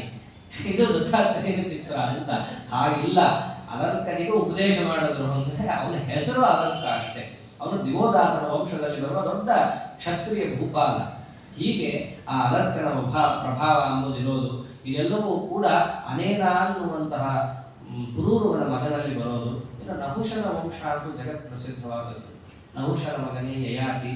ಆ ಯಯಾತಿ ಸಂಯಾತಿ ಅಂತ ಅನೇಕ ಮಕ್ಕಳು. ಆ ಯಯಾತಿಯ ವಂಶದ ಯಯಾತಿ ಎಂಬುವರು ದೊಡ್ಡ ಯಾಗ ಮಾಡ್ತಾರೆ. ಯಾಗ ಮಾಡಿದಾಗ ಇಂದ್ರದೇವರು ತನ್ನ ರಥವನ್ನೇ ಅವನಿಗೆ ತಂದು ಕೊಟ್ಟು ಬಿಡ್ತಾನೆ, ನೀನು ಇಡುವ ಅಂತ. ಅದು ವಂಶದಲ್ಲಿ ಹರಿದು ಬಂದ ಕಡೆಗೆ ಬೃಹದ್ರಥನ ಹತ್ರ ಇರುತ್ತೆ. ಬೃಹದ್ರಥನ ಮಗ ಜರಾಸಂಧ. ಅವನನ್ನ ಭೀಮಸೇನ ದೇವರು ಕೊಂದು ಆ ರಥವನ್ನ ತರ್ತಾರೆ ರಾಜಸೂಯಾಗ. ಅವನಿಂದ ಏನಾದ್ರು ವಸೂಲಿ ಮಾಡ್ಬೇಕಲ್ಲ, ಕಪಕಾಣಿಕೆ, ಅವನ ದಿವ್ಯವಾದ ಪದಾರ್ಥಗಳೇನಿದ್ದಾವು ಅಂತ ಹೇಳಿ ಕಡೆಗೆ ಆ ಯಯಾತಿಯ ರಥ ಎಲ್ಲಿಗೆ ಬರುತ್ತೆ? ಪಾಂಡವರ ಹತ್ರ ಬರುತ್ತೆ. ಅಂತಹ ಯಯಾತಿಯ ಮಗನೇ ಅವನ ವಂಶದಲ್ಲಿ ಅನೇಕ 5 ಜನ ಮಕ್ಕಳು. ಅವನಿಗೆ ಭಾಗವತದಲ್ಲಿ ಕಥೆಯನ್ನು ಕೇಳಿದ್ದೀರಿ. ಮುಪ್ಪು ಓದ್ ಬರುತ್ತೆ. ಆನಂತರದಲ್ಲಿ ಮಕ್ಕಳ ಯೌವನವನ್ನು ತಗೊಂಡು ಸಾಧನೆಯನ್ನು ಮಾಡಿ ನಜಾತ ಕಾಮಾನಾಂ ಭೂಭೋಗೇನ ಶಾಮ್ಯತಿ ಹವಿಷಾ ಕೃಷ್ಣವರ್ತಿಯನ್ನು ಭೂಯ ಏವಾಭಿವರ್ಧತೆ. ಕಾಮವನ್ನ ಅನುಭವಿಸಿ ತೀರಿಸ್ಕೊಳ್ತೀನಿ ಅಂದ್ರೆ ಅದು ಮುಗಿಯೋದೇ ಇಲ್ಲ. ಬೆಂಕಿಗೆ ತುಪ್ಪ ಹಾಕಿ ಆರಿಸ್ತೀನಿ ಅಂದ್ರೆ ಆಗತ್ತೆ. ಅದರಂತೆ ಕಾಮವನ್ನ ಬಿಟ್ಟು ಗೆಲ್ಲಬೇಕು ಅನ್ನೋದನ್ನ ಯಯಾತಿ ಮಹಾರಾಜರು ಜಗತ್ತಿಗೆ ಉಪದೇಶವನ್ನ ಮಾಡ್ತಾ ಅವಶಿಷ್ಟ ಆಯುಷ್ಯವನ್ನ ಸಾಧನೆಯಲ್ಲಿ ತತ್ಪರರನ್ನಾಗಿ ಮಾಡಿದ್ದಕ್ಕೆ ಪರಮಾತ್ಮ ಎಷ್ಟು ಪುಣ್ಯ ಕೊಟ್ಟ. ಶ್ರೀನಿವಾಸ ಕಲ್ಯಾಣದಲ್ಲಿ ಯಾರ ಪ್ರಪೌತ್ರ ಅಂತ ಪ್ರಶ್ನೆ ಬಂದ್ರೆ ಶ್ರೀನಿವಾಸ ದೇವರು ಯಾರ ಹೆಸರು ಹೇಳ್ತಾರೆ? ಯಯಾತಿ ಮಹಾರಾಜಸ್ಯ ಪ್ರಪೌತ್ರಾಯ ಅಂತ ಹೇಳಿ ಅಷ್ಟು ಸಾಧನೆ ಮಾಡಿದ್ದಾನೆ. ಇವನು ನನಗೆ ಪ್ರಪಿತಾಮಹ. ಆ ಸ್ಥಾನವನ್ನು ಪರಮಾತ್ಮ ಕೊಟ್ಟ. ಅವನಿಗೆ ಯಾವ ಪಿತಾನೇ ಇಲ್ಲ. ಪಿತಾಮಹ ಎಲ್ಲಿಂದ, ಪ್ರಪಿತಾಮಹ ಎಲ್ಲಿಂದ ಅಂದ್ರೆ ಅಷ್ಟು ಪುಣ್ಯವಂತ ಈತ ಅಂತ ಜಗತ್ತಿನಲ್ಲಿ ಪ್ರಖ್ಯಾತಿಗೊಳಿಸೋದಕ್ಕೋಸ್ಕರವಾಗಿ ಯಯಾತಿಯ ಬಗ್ಗೆ ತಪ್ಪಾದ ಕಲ್ಪನೆ. ಅವನ ಬಗ್ಗೆ ತಪ್ಪಾಗಿ ಬಂದ್ರೆ ಆ ಪುಸ್ತಕ ಜ್ಞಾನಪೀಠ ಸಿಗುತ್ತೆ. ತಪ್ಪಾಗಿ ಬರೆದ ಅಬದ್ಧ ಪುಸ್ತಕ, ತಪ್ಪಾಗಿ ಬರೆದಿದ್ದು ಜ್ಞಾನಪೀಠ. ಇರೋರು ಹಂಗೆ, ಕೊಡೋರು ಹಂಗೆ, ಇಸ್ಕೊಡೋರು ಹಂಗೆ. ಆದ್ದರಿಂದ ಅದೇ ಪ್ರಭಾವ. ಆದರೆ ಅವನು ದೊಡ್ಡ ಮಹಾ ಪುಣ್ಯವಂತ. ಆದ್ದರಿಂದ ಶ್ರೀನಿವಾಸ ದೇವರು ಅವನಿಗೆ ಒಲದದ್ದು. ಇದರಿಂದ ಅರ್ಥ ಮಾಡ್ಕೋಬೇಕು ನಾವು ಅವನ ಪ್ರಭಾವ ಎಷ್ಟಿದೆ ಅಂತ. ಅಂತಹ ಯಯಾತಿಯ ಪೂರ್ವ ವಂಶದಲ್ಲಿ ಬರುವನೇ ಜನಮೇಜಯ, ಅವನ ವಂಶದಲ್ಲಿ ಬರುವನೇ ರೌದ್ರಾಶ್ವ, ಅವನ ಮೇಲೆ ಋತೇಯು ಮುಂತಾದವರು ಬರ್ತಾರೆ. ಆ ಋತೇಯುನ ವಂಶದಲ್ಲೇನೆ ಮತಿನಾರ ಮುಂತಾದವರು ಬಂದು ಅವನ ವಂಶದಲ್ಲಿ ಮುಂದೆ ದುಷ್ಯಂತ ಚಕ್ರವರ್ತಿ, ಶಕುಂತಲ, ಇವನ ಕಥೆಯನ್ನು ನಾನು ನಿಮಗೆ ಆದಿಪರ್ವದಲ್ಲಿ ಹೇಳಿದ್ದೇನೆ ಅಂತಂತಾರೆ. ಆ ದುಷ್ಯಂತನ ಚರಿತ್ರೆಯನ್ನಂತೂ ಸಂಪೂರ್ಣ ಹಾಳು ಮಾಡಿಬಿಟ್ಟಿದ್ದಾರೆ ಈ ಕಾಲದಲ್ಲಿ. ಇರೋದೇ ಒಂದು, ತೋರಿಸೋದೇ ಒಂದು, ತೋರಿಸಿದ್ದನ್ನು ಅರ್ಥ ಮಾಡ್ಕೊಳ್ಳೋದೇ ಇನ್ನೊಂದು. ಹೀಗಾಗಿದೆ. ಅಂತಹ ದುಷ್ಯಂತ ಚಕ್ರವರ್ತಿ ಮಹಾ ಭಾಗವತ ಮೂರ್ತಿ, ಧರ್ಮವನ್ನ ಎಂದೂ ಮೀರದ ವ್ಯಕ್ತಿ. ಅವನಂತಾನೆ ಶಕುಂತಲೆಯನ್ನು ನೋಡಿ, ನನ್ನಂತಹ ಪರಮ ಧರ್ಮಿಷ್ಠನಾದ ಕ್ಷತ್ರಿಯನಿಗೆ ನಿನ್ನಲ್ಲಿ ಮನಸ್ಸಾಗ್ತಿದೆ ಅಂತಂದ್ರೆ ನೀನು ಬ್ರಾಹ್ಮಣ ಕನ್ಯೆ ಅಲ್ಲ. ಅವನನ್ನೋ ಮಾತಿಗೆ ನೀನು ಬ್ರಾಹ್ಮಣ ಕನ್ಯೆ ಆಗಲಿಕ್ಕೆ ಸಾಧ್ಯ ಇಲ್ಲ. ಉತ್ತಮರಲ್ಲಿ ಪತ್ನಿತ್ವವನ್ನು ಪಡೆಯುವ ಮನಸ್ಸು ನನಗೆ ಬರೋದೇ ಇಲ್ಲ. ನಿನ್ನಲ್ಲಿ ಬರ್ತಿದೆ ಅಂತಂದ್ರೆ ನೀನು ಕ್ಷತ್ರಿಯಳೇ ಆಗಿರ್ಬೇಕು. ಅವಳು ವಿಶ್ವಾಮಿತ್ರರಲ್ಲಿ ಇನ್ನ ವಿಶ್ವಾಮಿತ್ರ ಆಗಿರಲ್ಲ, ತಪಸ್ ಮಾಡ್ತಿರ್ತಾರೆ ಅವರು, ವಿಶ್ವಾರ್ಥ ಆಗಿರ್ತಾರೆ. ಆಗ ಬೇರೆ ಕೈಯಲ್ಲಿ ಹುಟ್ಟಿದವಳು ನೀನು, ಕ್ಷತ್ರಿಯ ಸಂಜಾತಿಯೇ ನೀನು, ಆದ್ದರಿಂದ ನಿನ್ನಲ್ಲಿ ನಾನು ವಿವಾಹ ಆಗೋದು ಸರಿ ಇದೆ ಅಂತ ಹೇಳಿ ವರ್ಣಾಶ್ರಮೋಚಿತವಾಗಿಯೇ ನಾನು ವಿವಾಹ ಆಗ್ತಿದ್ದೇನೆ, ಇದು ಧಾರ್ಮಿಕ. ಇಂತಹ ಪರಮ ಧಾರ್ಮಿಕ ಚಕ್ರವರ್ತಿ ದುಷ್ಯಂತ, ಅವನ ಮಗನೇ ಭರತ ಚಕ್ರವರ್ತಿ. ಭರತ ಎಂಥವನು ಅಂತಂದ್ರೆ, ಮಕ್ಕಳು ಎಷ್ಟೋ ಜನ ಹುಟ್ಟುತ್ತಾರೆ, ಹುಳ ಹುಟ್ಟದಲ್ಲಿ ಹುಟ್ಟಿದ್ದೀರಿ, ನೀವು ನನ್ನ ರಾಜ್ಯವನ್ನ ಆಳಲಿಕ್ಕೆ ಅಧಿಕಾರಿಗಳಲ್ಲ ಅಂತ ಹೇಳಿ ಭರದ್ವಾಜನನ್ನು ಕರೆಸಿ ವಿಶೇಷವಾಗಿ ಯಜ್ಞವನ್ನು ಮಾಡಿಸಿ ಅಲ್ಲಿ ಒಬ್ಬ ಮಗನನ್ನು ಪಡಿತಾನೆ. ಅವನನ್ನು ಭುಮನ್ಯು ಅಂತ ಕರೀತಾರೆ, ಅಥವಾ ವಿತಥ ಅಂತ ಅವನ ಹೆಸರು. ಇದೆಲ್ಲ ಆದಿಪರ್ವದಲ್ಲಿ ಈ ವಿಚಾರವೆಲ್ಲ ಬಂದಿದೆ, ಅದಕ್ಕೆ ಸಂಕ್ಷೇಪವಾಗಿ ಇಲ್ಲಿ ಹೇಳ್ತಾ ಹೋಗ್ತಾ ಅದನ್ನ. ಅಂತಹ ಭುವನ್ಯುವಿನ ಮಗನೇ ಸುಹೋತ್ರ, ಅವನ ವಂಶದಲ್ಲೇ ಮುಂದೆ ಬೃಹತ್ ಅನ್ನೋ ರಾಜ ಬರ್ತಾನೆ. ಅವನಿಗೆ ಬರೋನೆ ಅಜಮೀಢ, ಅವನಿಗೆ 3 ಜನ ಹೆಂಡಂದ್ರು. ಅದರಲ್ಲಿ ಭೂಮಿನಿ ಅನ್ನೋಳಲ್ಲಿ ವೃಕ್ಷ ಸಂವರಣ, ಅವನ ಮಗನೇ ಕುರುರಾಜ. ಆ ಕುರುರಾಜನ ವಂಶವೇ ಮುಂದೆ ಕೌರವರು ಅಂತ ಪ್ರಸಿದ್ಧವಾಗತ್ತೆ. ಆ ಕೌರವರ ವಂಶದಲ್ಲಿ ಕುರುರಾಜನಿಗೆ ಮೊದಲನೇ ಮಗ ಸುಧನ್ವ ಅಂತ, ಅವನ ವಂಶದಲ್ಲಿ ಬರೋನೆ ಜಯತ್ಯುನು ಜರಾಸಂಧ. ಜರಾಸಂಧನು ಕೂಡ ಆ ಕುರುರಾಜನ ವಂಶದಲ್ಲಿ, ಕುರುರಾಜನಿಗೆ ಎಷ್ಟೋ ಜನ ಮಕ್ಕಳು, ಅದರಲ್ಲಿ ಮೊದಲನೆಯವನು ಸುಧನ್ವ, ಎರಡನೆಯವನು ಪರೀಕ್ಷಿತ್. ಎಷ್ಟೋ ತಲೆಗಳಾಗೋಗಿರುತ್ತೆ, 7 ತಲೆ ಹಿಂದಾದ್ರೂ ಸಂಬಂಧ ಇಲ್ಲ ಅವ್ರಿಗೆ. ಅಂತಹ ಜರಾಸಂಧನು ಕೂಡ ಆ ಸುಧನ್ವ ಅನ್ನುವ ಕುರುರಾಜನ ಮೊದಲನೇ ಮಗನ ವಂಶದಲ್ಲಿ ಬರೋನು. ಅವನು ಬೃಹದ್ರಥ, ಬೃಹದ್ರಥನ ಮಗನೇ ಜರಾಸಂಧ ಅಂತ ಹೇಳಿ. ಎರಡನೇ ಮಗನ ಹೆಸರು ಪರೀಕ್ಷಿತ್ ಅಂತ ಹೇಳಿ, ಕುರುರಾಜನ ಎರಡನೇ ಮಗನ ಹೆಸರು. ಅವನಿಗೆ 4 ಜನ ಮಕ್ಕಳು, ಜನಮೇಜಯ, ಶುಕಸೇನ, ಭೀಮಸೇನ ಮತ್ತು ಉಗ್ರಸೇನ ಅಂತ 4 ಜನ ಮಕ್ಕಳು. ಅದರಲ್ಲಿ ಜನಮೇಜಯನ ಮಗ ಸುರಥ, ವಿದೂರಥ, ವೃಕ್ಷ, ಭೀಮಸೇನ, ಅವನ ಮಗನೇ ಪ್ರತೀಪ ಮಹಾರಾಜ. ಪ್ರತೀಪನ ಮಗನಿಗೆ ಶಂಕನು, ದೇವಾಪಿ ಅಂತ 2 ಮಕ್ಕಳು. ದೇವಾಪಿಯನ್ನ ಕಲಾಪ ಗ್ರಾಮದಲ್ಲಿ ವೇದವ್ಯಾಸರು ಬಿಡಿಸ್ತಾರೆ. ಮುಂದೆ ಕಲಿಯುಗ ಮುಗಿದ ಮೇಲೆ ಚಂದ್ರವಂಶ ಬೆಳಿಲಿಕ್ಕೆ ನೀವಾ ಅಂತ ಹೇಳಿ ಅವರನ್ನು ಕೂಡಿಸ್ಕೊಂಡ್ಬಿಡ್ತಾರೆ. ಹಾಗೆ ಸೂರ್ಯವಂಶದಲ್ಲಿ ಮರುರಾಜನನ್ನ ಕೂಡಿಸಿಕೊಂಡಿದ್ದಾರೋ, ಚಂದ್ರವಂಶದಲ್ಲಿ ದೇವಾಪಿಯನ್ನ ವೇದವ್ಯಾಸ ದೇವರು ಬದರಿಕಾಶ್ರಮದಲ್ಲಿ ರಕ್ಷಣೆ ಮಾಡುತ್ತಾ ಅಲ್ಲಿ ತಾವು ಕೂತಿದ್ದಾರೆ. ಶಂಕರು ಮಹಾರಾಜನಿಗೆ 2 ಮಕ್ಕಳು, ಗಂಗಾದೇವಿಯಲ್ಲಿ ಭೀಷ್ಮಾಚಾರ್ಯರು, ಇನ್ನ ಮತ್ತೊಬ್ಬಳಲ್ಲಿ ವಿಚಿತ್ರವೀರ್ಯ ಅಂತ ಹೇಳಿ. ಭೀಷ್ಮಾಚಾರ್ಯರು ಆಜನ್ಮ ಬ್ರಹ್ಮಚರ್ಯವನ್ನು ತಾಳಿದ್ದರಿಂದ ಅವರಿಗೆ ಸಂತಾನ ಆಗಲಿಲ್ಲ. ಆನಂತರದಲ್ಲಿ ವಿಚಿತ್ರವೀರ್ಯನಿಗೆ ಪಾಂಡು, ಧೃತರಾಷ್ಟ್ರ, ವಿದುರ ಅಂತ 3 ಜನ ಮಕ್ಕಳು. ಧೃತರಾಷ್ಟ್ರನ 100 ಜನ ಮಕ್ಕಳು ಕೂಡ ಪಾಪಾಗ್ನಿಯಲ್ಲಿ ದಗ್ಧರಾಗಿ ಹೋಗ್ತಾರೆ, ಭೀಮಸೇನರಿಂದ. ಅದರಂತೆ ಪಾಂಡವಿಗೆ 2 ಪತ್ನಿಯರಲ್ಲಿ 5 ಮಕ್ಕಳು. ಅದರಲ್ಲಿ ಮಧ್ಯಮ ಪಾಂಡವ ಅರ್ಜುನ, ಅವನ ಮಗನೇ ಅಭಿಮನ್ಯು, ಅಭಿಮನ್ಯುವಿನ ಮಗನೇ ಪರೀಕ್ಷಿತ್ ರಾಜ, ಅವನ ಮಗ ನೀನು ಅಂತ ವೈಶಂಪಾಯನರು ಇಷ್ಟು ಹೇಳಬೇಕಾದ್ರೆ, ಇನ್ನು ನಿನ್ನ ವಂಶವು ಮುಂದೆ ಬೆಳೆಯುತ್ತೆ, ಮುಂದೆ ತಿಳಿಸ್ತೀವಿ ಅದನ್ನ ಅಂತ ಕೂಡ ಹೇಳ್ತಾರೆ. ಹೀಗೆ ಯಾವಾಗ ಪೂರ್ವ ವಂಶವನ್ನು ತಿಳಿಸ್ತಾರೋ, ಆನಂತರದಲ್ಲಿ ಯದು ಅನ್ನುವ ಯಯಾತಿಯ ಮೊದಲನೇ ಮಗನ ವಂಶವನ್ನು ಹೇಳಿಕೊಳ್ಳುತ್ತಾರೆ. ಯದುವಂಶ ಅನ್ನೋದು ಬಹಳ ದೊಡ್ಡದು. ಪೂರ್ವ ವಂಶದಲ್ಲಿ ಬಹಳ ಒಂದು ರೀತಿಯಾಗಿ ಇದನ್ನೋ ರೀತಿಯಲ್ಲಿ ಹೇಳಬೇಕಂದ್ರೆ ಫ್ಯಾಮಿಲಿ ಪ್ಲಾನಿಂಗ್ ಮಾಡ್ಕೊಂಡು ಒಂದೊಂದೇ ಹೆಂಡತಿ, 2 ಹೆಂಡತಿ, 3 ಇಷ್ಟಿಷ್ಟೇ. ಯದುವಂಶ ಹಾಗಲ್ಲ, ಪ್ರತಿಯೊಬ್ಬರು ಕೂಡ ಅದರ ಬಾಯಲ್ಲಿ ಹೇಳಲಿಕ್ಕೆ ಸಾಧ್ಯ ಇಲ್ಲ ಅಂದ್ಬಿಡ್ತಾರೆ ವೈಶಂಪಾಯನರು. ಅಷ್ಟು ವಿಸ್ತೃತವಾದ ವಂಶ ಯದುವಂಶ ಅಂತಂದ್ರೆ. ಅಲ್ಲಿ ಯದುರಾಜನಿಗೆ ಎಷ್ಟು ಜನ ಮಕ್ಕಳು ಅಂತಂದ್ರೆ ಸಹಸ್ರದ, ಪಯೋಧ, ಕ್ರೋಷ್ಟು, ನಿಲ ಮತ್ತು ಅಂಜಿಕಾ ಅಂತ ಹೀಗೆ ಇಷ್ಟು ಜನ ಮಕ್ಕಳು. ಅದರಲ್ಲಿ ಸಹಸ್ರದನ ವಂಶದಲ್ಲಿ ಬಂದವರೇ ಹೈಹಯರು, ಅವನ ಮಕ್ಕಳೇ ಧರ್ಮನೇತ್ರ, ಅವನ ವಂಶದಲ್ಲಿ ಕಾರ್ತ, ಅವನ ವಂಶದಲ್ಲಿ ಬಂದವರೇ ಮಹಿಷ್ಮಾನ್. ಈ ಮಹಿಷ್ಮಾನ್ ಅನ್ನೋನೇ ನಿರ್ಮಾಣ ಮಾಡುವ ನಗರ ಮಾಹಿಷ್ಮತಿ ಎನ್ನುವ ನಗರವನ್ನು ನಿರ್ಮಾಣ ಮಾಡ್ತಾನೆ. ಅವನ ಮಗನೇ ಭದ್ರಶ್ರೇಣಿಯ. ಇವನ ಆಡಳಿತದಲ್ಲಿ ಕಾಶಿ ಇರುತ್ತೆ, ಇವನನ್ನು ಸೋಲಿಸೇನೆ ದಿವೋದಾಸ ಆಕ್ರಮಣ ಮಾಡಿರ್ತಾನೆ, ಭದ್ರಶ್ರೇಣ್ಯ ಅಂತ ಹೇಳಿ. ಈ ಭದ್ರಶ್ರೇಣ್ಯನ ವಂಶದಲ್ಲಿ ಬರೋನೆ ದುರ್ದಮ, ಅವನ ವಂಶದಲ್ಲಿ ಬರೋನೆ ಕೃತವೀರ್ಯ, ಕೃತವೀರ್ಯನ ಮಗನೇ ಕಾರ್ತವೀರ್ಯಾರ್ಜುನ. ಮಹಾಪರಾಕ್ರಮ, ದತ್ತಾತ್ರೇಯನ ವರ. 4 ಪ್ರಧಾನವಾದ ವರ ಅವನಿಗಿದ್ದದ್ದು, 1-2 ಕೈಯಲ್ಲ, ಅವನಿಗಿದ್ದದ್ದು ಸಹಸ್ರ ಬಾಹು. ಯೋಗ ಶಕ್ತಿಯಿಂದ ಅವನಿಗಿದ್ದದ್ದು ನಮ್ಮ ಊಹೆಗೂ ಮೀರಿದಂತಹ ಅವನ ಪರಾಕ್ರಮ. ಮೊದಲನೇ ವರ ಸಹಸ್ರಬಾಹು, 2ನೇ ವರ ನಾನು ಅಧರ್ಮದಲ್ಲಿ ಹೋದಾಗ ಧಾರ್ಮಿಕರಾದ ಮಹಜ್ಜನರು ನನ್ನನ್ನು ಬಂದು ತಡಿಬೇಕು ಅಂತ ವರ. ಎಂಥ ವರ ಇದೆ ಗೊತ್ತಿಲ್ಲ. ಅಂತಹ ಪರಾಕ್ರಮ ನಮಗೆ ಬಂದಾಗ ನಮ್ಮ ತಲೆ ಎಲ್ಲೋ ಓಡ್ತಾ ಇರುತ್ತೆ. ಆ ಸಂದರ್ಭದಲ್ಲಿ ಮಹಜ್ಜನರು ಬಂದು ನಮ್ಮನ್ನು ತಡಿಬೇಕು ಅಂತ ಅವನು ಕೇಳ್ಕೊತಾನೆ. 3ನೇದು ನನ್ನ ಭುಜಬಲದಿಂದ ಜಗತ್ತಿನಲ್ಲಿ ಆಳಿ ಕ್ಷತ್ರ ಧರ್ಮವನ್ನು ನಾ ಪಾಲನೆ ಮಾಡಬೇಕು ಅಂತ ಅವನ ಮರ ಇತ್ತು. 4ನೇ ವರ, ನನ್ನ ಮರಣ ಆಗೋದೇ ಜಾತಸ್ಯ ಧ್ರುವೋ ಮೃತ್ಯು ಧ್ರುವಂ ಜನ್ಮ ಮೃತಸ್ಯ ಚ. ಸರ್ವೋತ್ತಮ ವಸ್ತುವಿಂದ ನನ್ನ ಮರಣ ಯುದ್ಧದಲ್ಲಿ ಆಗಬೇಕು ಅಂತ ಕೇಳ್ಕೊತಾನೆ. ಅಂದ್ರೆ ನನ್ನ ಸಾವು ಕೂಡ ಪರಮಾತ್ಮನ ಸರ್ವೋತ್ತಮತ್ವಕ್ಕೆ ಸಮರ್ಥಕವಾಗಬೇಕು ಅಂತ ಅಂಥ ಮಹಾನುಭಾವ. ಸುಮ್ಮನೆ ಅವರ ಹೆಸರು ಹೇಳಲ್ಲ, ಸಾಯ್ತೀವಿ ಅಂತ ಗೊತ್ತು, ಸತ್ರು ಅದರಿಂದ ಜಗತ್ತಿಗೆ ಉಪಕಾರ ಆಗಬೇಕು ಅಂತ, ತತ್ವಜ್ಞಾನಕ್ಕೆ ಕಾರಣ ಆಗಬೇಕು ಅಂತ ಇಂಥ ಒಬ್ಬ ಚಕ್ರವರ್ತಿ. ಅವನ ವೈಭವವನ್ನು ವರ್ಣನೆ ಮಾಡ್ತಾ ಹರಿವಂಶದಲ್ಲಿ ರಾವಣನನ್ನು ಕೂಡ ಅವನ ಬಡದು ಹಾಕಿದ್ದ ಅಂದ್ರೆ. ರಾವಣ ನರ್ಮದಾ ತೀರಕ್ಕೆ ಒಂದ್ಸತಿ ಪೂಜಾಗೆ ಎಂದು ಬರ್ತಾನೆ. ಪೂಜಾಗೆ ಬಂದ ದೊಡ್ಡ ರಾವಣ, ದೊಡ್ಡ ಬ್ರಾಹ್ಮಣ, ದೊಡ್ಡ ಆಚಾರ, ಪದಪಾಠವನ್ನು ಅವನೇ ಮಾಡಿಕೊಟ್ಟಿದ್ದು. ವಾಸ್ತವದಲ್ಲಿ ನರ್ಮದಾ ತೀರ ಅವನು ರುದ್ರದೇವರ ದೊಡ್ಡ ಕ್ಷೇತ್ರ, ಅವನು ರುದ್ರದೇವರ ಭಕ್ತ.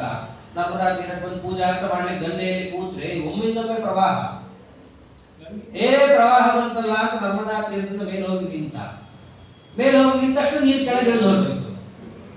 ಮತ್ತೆ ನೀರು ಕೆಳಗೆ ಹೋಗ್ತದೆ, ನೀರು ಬೇಕಂದ್ರೆ ಮತ್ತೆ ಕೆಳ ತನಕ ಹೋಗ್ಬೇಕಲ್ಲ ಅಂತ ಮತ್ತೆ ಕೆಳಗೆ ಹೋಗಿ ದೇವಕಟ್ಟಿಗೆ ಮತ್ತೆ ಬಿಚ್ಚಲ, ಮತ್ತೆ ನೀರು ಮೇಲೆ, ಮತ್ತೆ ನೀರು ಕೆಳಗೆ, ಹೀಗೆ ಅನೇಕ ಬಾರಿ. ಇದು ಸಾಧ್ಯ ಇಲ್ಲಲ್ಲ. ಮಳೆಗಾಲದಲ್ಲಿ ಒಮ್ಮೆ ನೀರು ಮೇಲೆ ಬರುತ್ತೆ, ಒಮ್ಮೆ ಕೆಳಗೆ ಹೋಗುತ್ತೆ.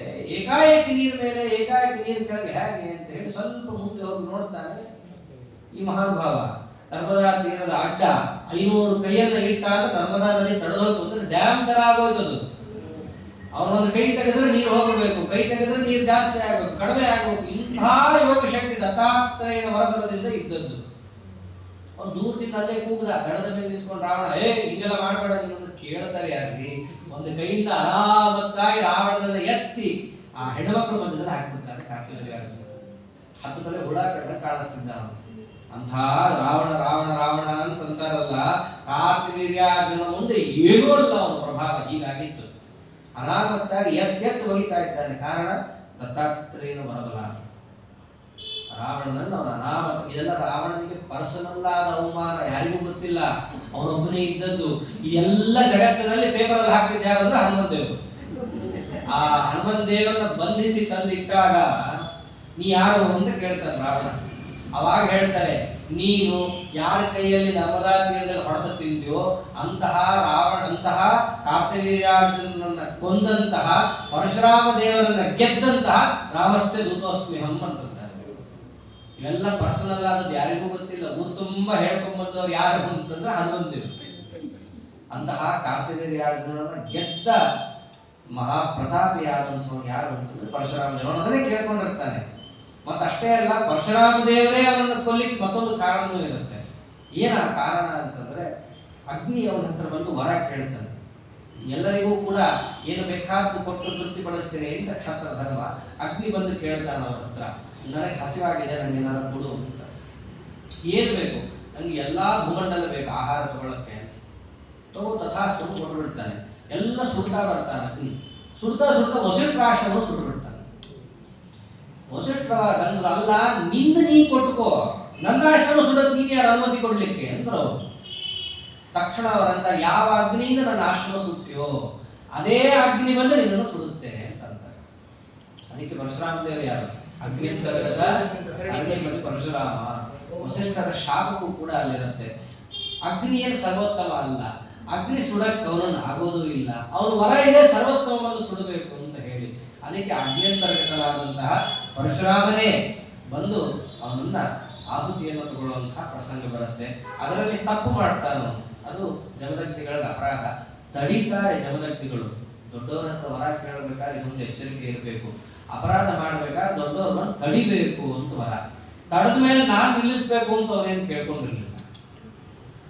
ಜಮದಗ್ನಿಗಳು ತಡೆದ್ರು, ನೋಡು ಇದು ಕಾಮಧೇನು ನನಗೆ ಸೇರ್ಬೇಕಾದದ್ದು, ನನಗಲ್ಲ ಯಜ್ಞಕ್ಕೆ ಉಪಯೋಗ ಆಗೋದು. ತಡೆದ್ರು, ಮಹಾತ್ಮರು ತಡೆದ್ರು. ತಡೆದ ಮೇಲೆ ಇವನು ಮದಾಂಧನಾಗಿ ಕೆಲಸ ಮುಂದುವರಿಸಿದ. ಅದಕ್ಕೆ ಮುಂದಿನ ತಕ್ಕ ಪ್ರಾಯಶ್ಚಿತ್ತವನ್ನು ಮಾಡಿಕೊಳ್ಬೇಕಾದ ಪ್ರಸಂಗ ಬಂತು. ಹೀಗೆ ಆ ಕಾರ್ತಿವೀರ್ಯಾರ್ಜುನ ಮಾಡಿದ್ದು ಅಪರಾಧ ಇದೆ. ಆದರೆ ತನ್ನ ಶರೀರ ಬಿಡಬೇಕಾದ್ರೆ ಯೋಗ ಶಕ್ತಿಯಿಂದ, ದತ್ತಾತ್ರೇಯನ ಅನುಗ್ರಹದಿಂದ, ಸಾಕ್ಷಾತ್ ಪರಮಾತ್ಮನನ್ನೇ ಶರೀರ ಬಿಡಬೇಕಾದ್ರೆ ಕಾಣ್ತಾ ಕಾಣ್ತಾ ಶರೀರ ಬಿಟ್ಟ ಮಹಾನುಭಾವನಾದ್ದರಿಂದ ಇಡೀ ಜಗತ್ತು ಅವನನ್ನು ಇವತ್ತಿಗೂ ಸ್ಮರಣೆ ಮಾಡಿ. ಕಳೆದು ಹೋದ್ರೆ ಅವನ ಹೆಸರು ಹೇಳಬಹುದು. ಗತಂ ನಷ್ಟಂತ ವಿದ್ಯತೆ, ಕಳೆದು ಹೋದ್ರೆ ಕಾರ್ತವೀರ್ಯಾರ್ಜುನೋ ನಾಮ ರಾಜ ಅಬಾಹು ಸಹಸ್ರವಾನ್ ಎಸ್ ವರ್ಣಮಾತ್ರೇಣ ಗತಂ ದಕ್ಷಿಣತೆ. ಕಳೆದು ಹೋದ್ರೆ ಅವನ ಹೆಸರು ಹೇಳಬೇಕು. ಕಳೆದು ಹೋದ ವಸ್ತು ಸಿಗಬೇಕಂದ್ರೆ ಕಾರ್ತವೀರ್ಯಾರ್ಜುನ ಅಂತರ್ಗತನಾದ ಪರಶುರಾಮ ದತ್ತಾತ್ರೇಯ ಅದನ್ನ ಪುನಃ ನಿಮಗೆ ದಕ್ಕಿಸಿಕೊಡ್ತಾನೆ ಅಂತ ಇಷ್ಟು ಕಾರ್ತವೀರ್ಯಾರ್ಜುನ ಮಹತ್ವ ಜಗತ್ತಿನಲ್ಲಿದೆ. ಅಷ್ಟು ಮಹಾ ಪುಣ್ಯವಂತ. ಇವನ್ನೆಲ್ಲ ಬಂದದ್ದು ಆ ಎರಡನೇ ಮಗನ ವಂಶದಲ್ಲಿ ಇಷ್ಟೆಲ್ಲ ಯದುರಾಜನ ವಂಶದಲ್ಲಿ ಇಷ್ಟು ಬರೋದು. ಇಂತಹ ಕಾರ್ತವೀರ್ಯಾರ್ಜುನಿಗೆ ಜಯಧ್ವಜ, ಅವನ ಮಕ್ಕಳೇ ತಾಲಚಂದ್ರರು ಅಂತ ಸಂಪೂರ್ಣ ತಾಲಚಂದ್ರರನ್ನು ಪರಶುರಾಮ ದೇವರು ಸವರಿ ಬರ್ತಾರೆ. ಕಾರ್ತವೀರ್ಯಾರ್ಜುನನ್ನು ಕೊಲ್ತಾರೆ. ಕೊಂದು ಮನೆಗೆ ಬಂದಾಗ ವೈದ್ಯರ ಜಮದಗ್ನಿಗಳು ಕೊಲ್ಲಬಾರದು ಚಕ್ರವರ್ತಿಯನ್ನ, ಎಷ್ಟೇ ಆದರೂ ಅಪರಾಧ ಮಾಡಿದ್ದ ಶಿಕ್ಷಾ ಕೊಡಬೇಕು, ಕೊಲ್ಲಬಾರದು, ನೀನು ಮಾಡಿದ ತಪ್ಪಿಗೆ ಹೋಗು ಪ್ರಾಯಶ್ಚಿತ್ತ ಮಾಡ್ಕೊಂಬ ಅಂತ ಕಳಿಸ್ತಾರೆ. ಕಳಿಸಿದಾಗ ತಾಲಚಂದ್ರರು ಬಂದು ಜಮದಗ್ನಿಗಳ ತಲೆಯನ್ನು ಕಡಿತಾರೆ. ಕಡಿಬೇಕಾದ್ರೆ ಅಂತಾರೆ 21 ಬಾರಿ ಅವರ ತಾಯಿ ಕೂಗ್ತಾಳೆ, ರಾಮ ರಾಮ ರಾಮ ಅಂತ ಕೂಗ್ತಾಳೆ. ಆ ತಾಯಿ ಕೂಗಿದ್ದಕ್ಕೆ ಪರಶುರಾಮ ದೇವರು ಬಂದು ಅವರ ಅಪ್ಪನಿಗಾದ ಸ್ಥಿತಿಯನ್ನು ನೋಡಿ, 21 ಸರ್ತಿ ನೀ ಕೂಗಿದ್ದೀಯಲ್ಲ, 21 ಬಾರಿ ಭೂಮಿಯಲ್ಲಿ ತಿರುಗುತ್ತೀನಿ, ಒಬ್ಬನೇ ಒಬ್ಬ ಕ್ಷತ್ರಿಯನು ನನ್ನ ಕಣ್ಣಿಗೆ ಕಾಣಿಸ್ಕೋಬಾರ್ದು, ಹಾಗೆ ಮಾಡ್ತೀನಿ ಅಂತ.